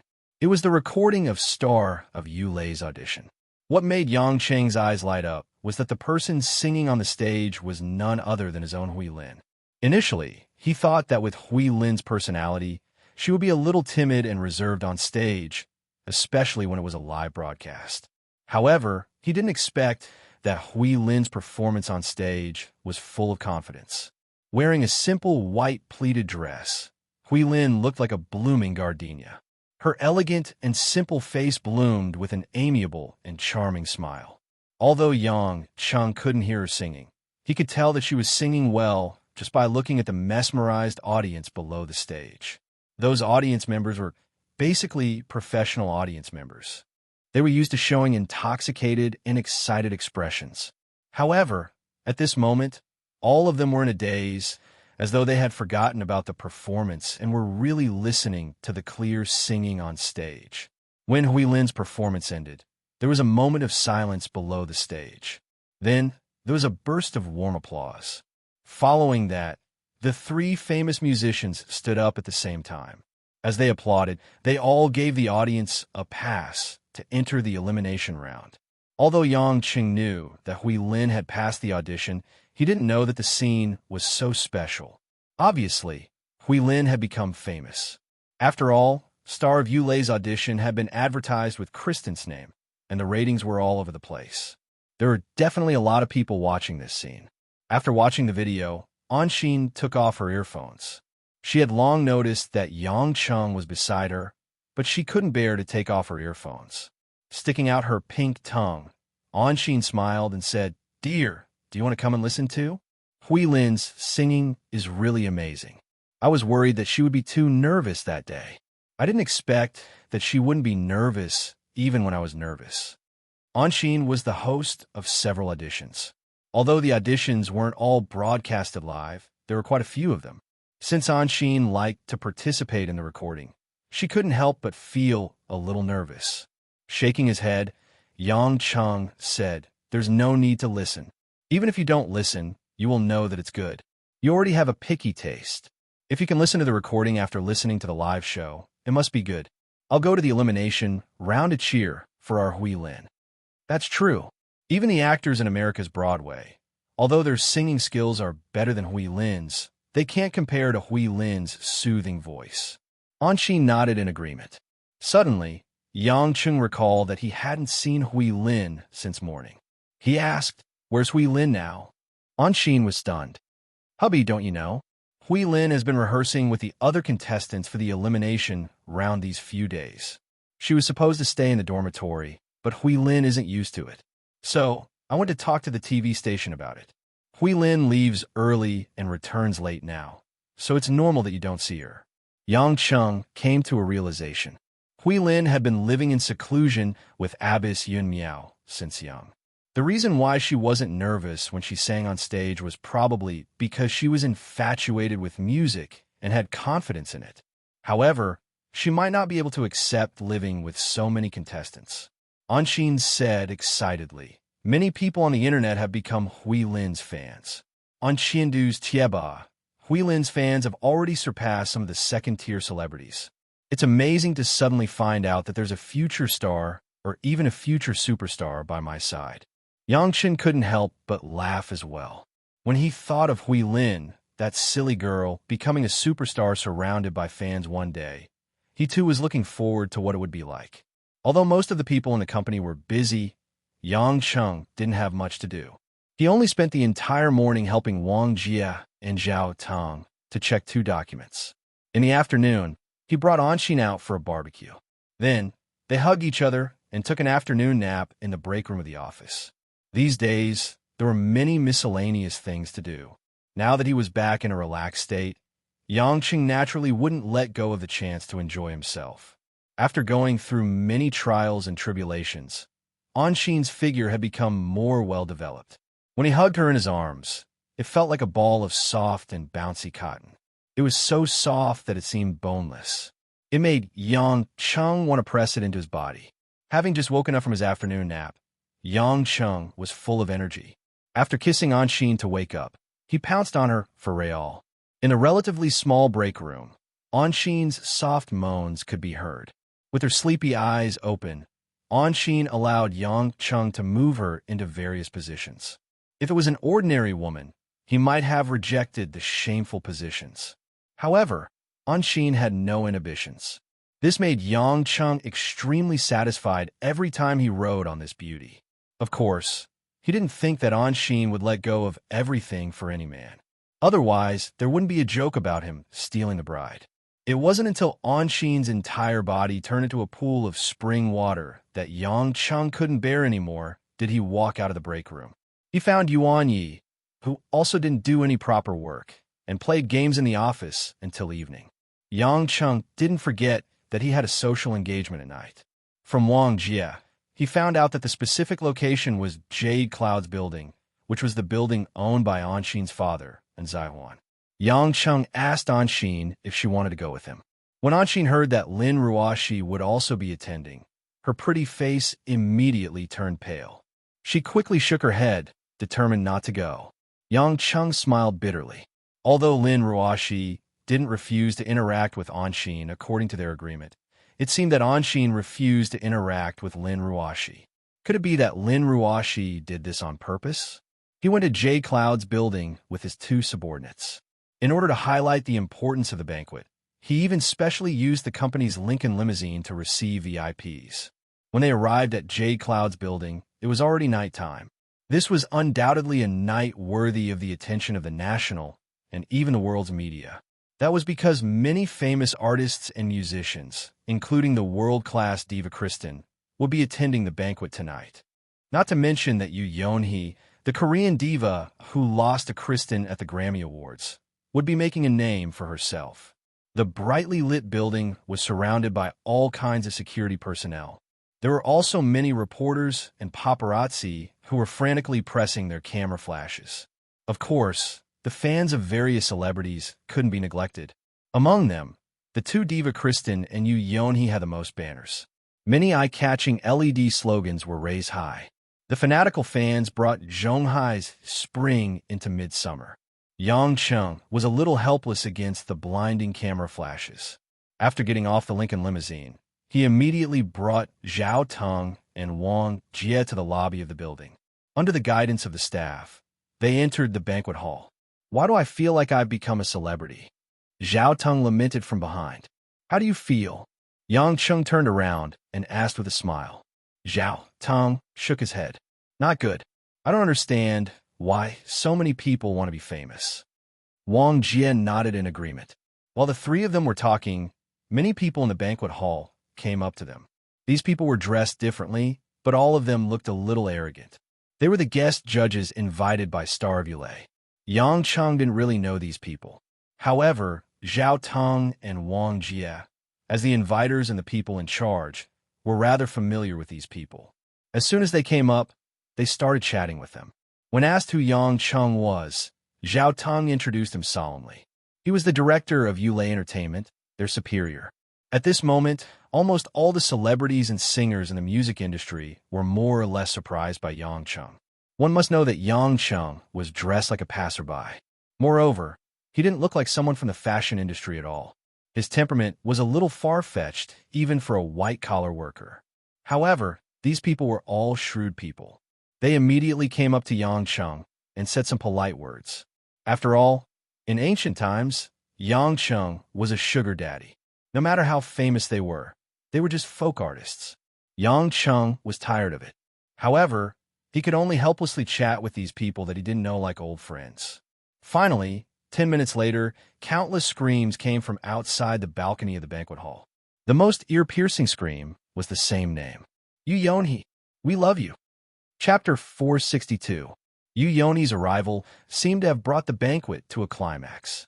The sound of cameras clicking made everyone in the Jade Clouds building feel as though the entire place was trembling. Walking down from a white BMW 747, Yonhee looked like a European princess from the Middle Ages. She wore a gorgeous rose-colored dress with intricate lace decorations that were meticulously sewn. It wasn't an exaggeration to say that the value of those complicated designs wasn't inferior to crystals and diamonds. Yang Chen looked at the woman who walked into the building with a faint smile and even greeted the tsunami-like fans outside. He couldn't help but chuckle in his heart.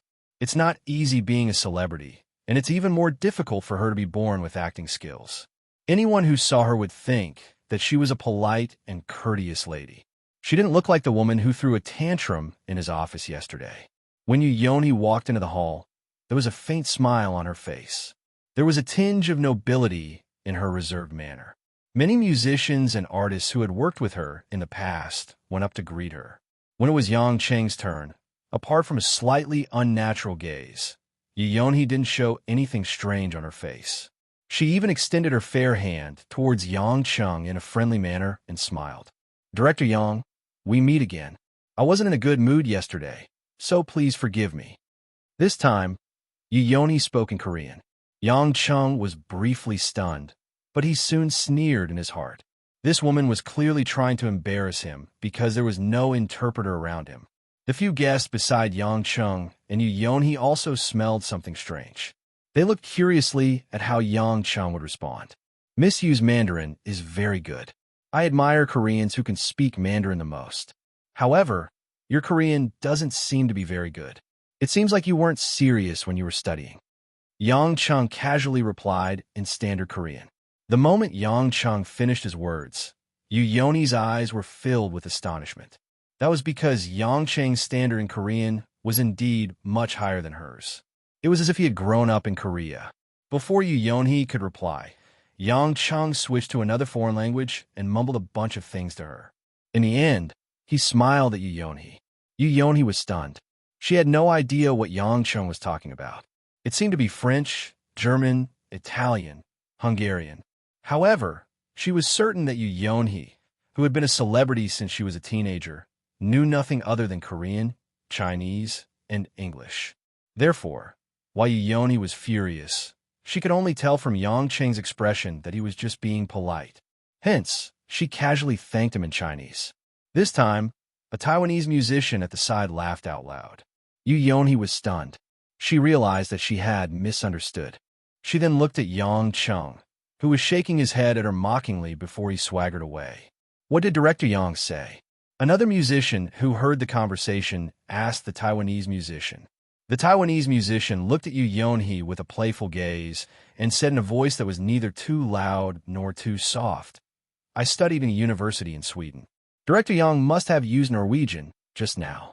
Since Sweden, Denmark, and Norway have similar languages, I could roughly understand what he was saying. What he said was a greeting to all the females in the other party's family. Ha! That's about it. But our Miss Yu seems to be very magnanimous." Even after Director Yang said that, she still thanked him. "I can't help but feel inferior." The musician's explanation made many celebrities in the surroundings burst into laughter. They understood that Yonhee was the one who had brought this upon herself. Yonhee blushed. She might be popular in the music industry, but these musicians were her seniors. Even if they hid behind the scenes, many of them had extraordinary backgrounds. Furthermore, she was in Hwaseong and not Korea. She couldn't just go and argue with them. In this way, it could be said that he had to suffer in silence. He pretended that nothing had happened and turned around to chat with some people he was familiar with. However, in his heart, he kept thinking that he would humiliate that hateful guy surnamed Yang. Yang Cheng didn't care about Yonhee at all. He had seen too many women like her. In his eyes, she was no different from an immature and evil girl. If he was at his most uncontrollable state of mind back then, he might have knocked her out with a slap and thrown her out. However, that was in the past. Nowadays, he was becoming more and more like an old man who was enjoying his tea and enjoying the warm breeze. There were too many things that he had become indifferent to. When there were only 10 minutes left before the start of the banquet, a clamor of shouts came from outside. Wave after wave of roars accompanied by the roar of a super sports car's engine. under the excited gazes of the surrounding crowd and reporters. A black Porsche 911 GT3 drifted into the road outside the J Clouds building with a stunning drift. At the same time, it drifted into a parking space in the parking lot in front of the building. Exclamations rose and fell. Such racing techniques had only been seen in the movies. What made it even more difficult for everyone to restrain themselves was the lady who came down from the car. The blonde lady with a graceful figure wore a fiery red, tight-fitting leather jacket. Her curves were exaggerated, but they didn't lose their beauty. She wore a pair of dazzling sunglasses on her perfect face. Just by standing there, she gave off an aura that made people feel ashamed of their inferiority. "Oh my God, it's Kristen." Almost the first person to recognize the lady was the first to react with excited shouts. Compared to you Yoni's fans, Kristen's arrival had caused the surrounding area of the J Clouds building to go completely out of control. Kristen wasn't done playing. She flashed a smile and unzipped her leather jacket from top to bottom. She took off her leather jacket and revealed the black diamond-studded evening gown she was wearing. The gown that revealed her shoulders and back completely brought out the goddess-like international superstar. Kristen took off her sunglasses and blew a kiss to the surrounding crowd. She then said in English, "Thank you for your enthusiasm. This performance is a small gift for you. I love this country." After saying that, some of the excited fans fainted from shock. The security guard protecting the building struggled to put up a protective shield to prevent the crazy fans from rushing into the venue. The guests in the hall were all amazed by the charm of the world's most popular diva. Just her drifting driving technique alone wasn't something an ordinary female celebrity could achieve. In their eyes, such a female celebrity was no longer just a celebrity. In a certain sense, she could represent an era. Yoni held onto the cocktail glass that was served by the waiter. Her knuckles had turned pale. She had thought countless times that it was because she was Korean and Asian that she lost to Kristen at the Grammys. But tonight, she felt extremely helpless the moment she saw Kristen. "I can't beat her." That was the conclusion that Yoni came to. Kristen's gorgeous entrance attracted the attention of all the guests. However, Kristen didn't pay much attention to the socialites and music celebrities who came up to shake hands with her or strike up a conversation. Under everyone's disappointed and curious gazes, Kristen walked towards a corner. Yang Chun rubbed his forehead helplessly. "This woman really doesn't give me any peace of mind. Can't she just pretend not to know me? Does she really like to put me in the limelight that much?" Kristen walked in front of Yang Chun and directly snatched the cocktail glass from his hand. She brought it to her mouth and took a sip. Using the tone of an old friend, she smiled and said, "What's wrong? There are no reporters here. I won't bring you any scandals. I'm just greeting you since we're more familiar with each other. If there's a scandal, I'll also kill it. But do you really have to let everyone look at us like this?" Yang Chun rolled his eyes. "Sometimes, I really feel that you're a female pervert. I'm not a pervert. How can I always maintain a young heart?" Kristen said indifferently, "Don't tell me you want me to be like those other old fellows, dead and lifeless." "What do you mean by other old fellows? You're not young anymore." Yang Chun curled his lips and smiled. Kristen glanced at him and ignored him. She went somewhere else and talked to a few people she knew. But even so, Yang Chung's appearance had caused many people to speculate.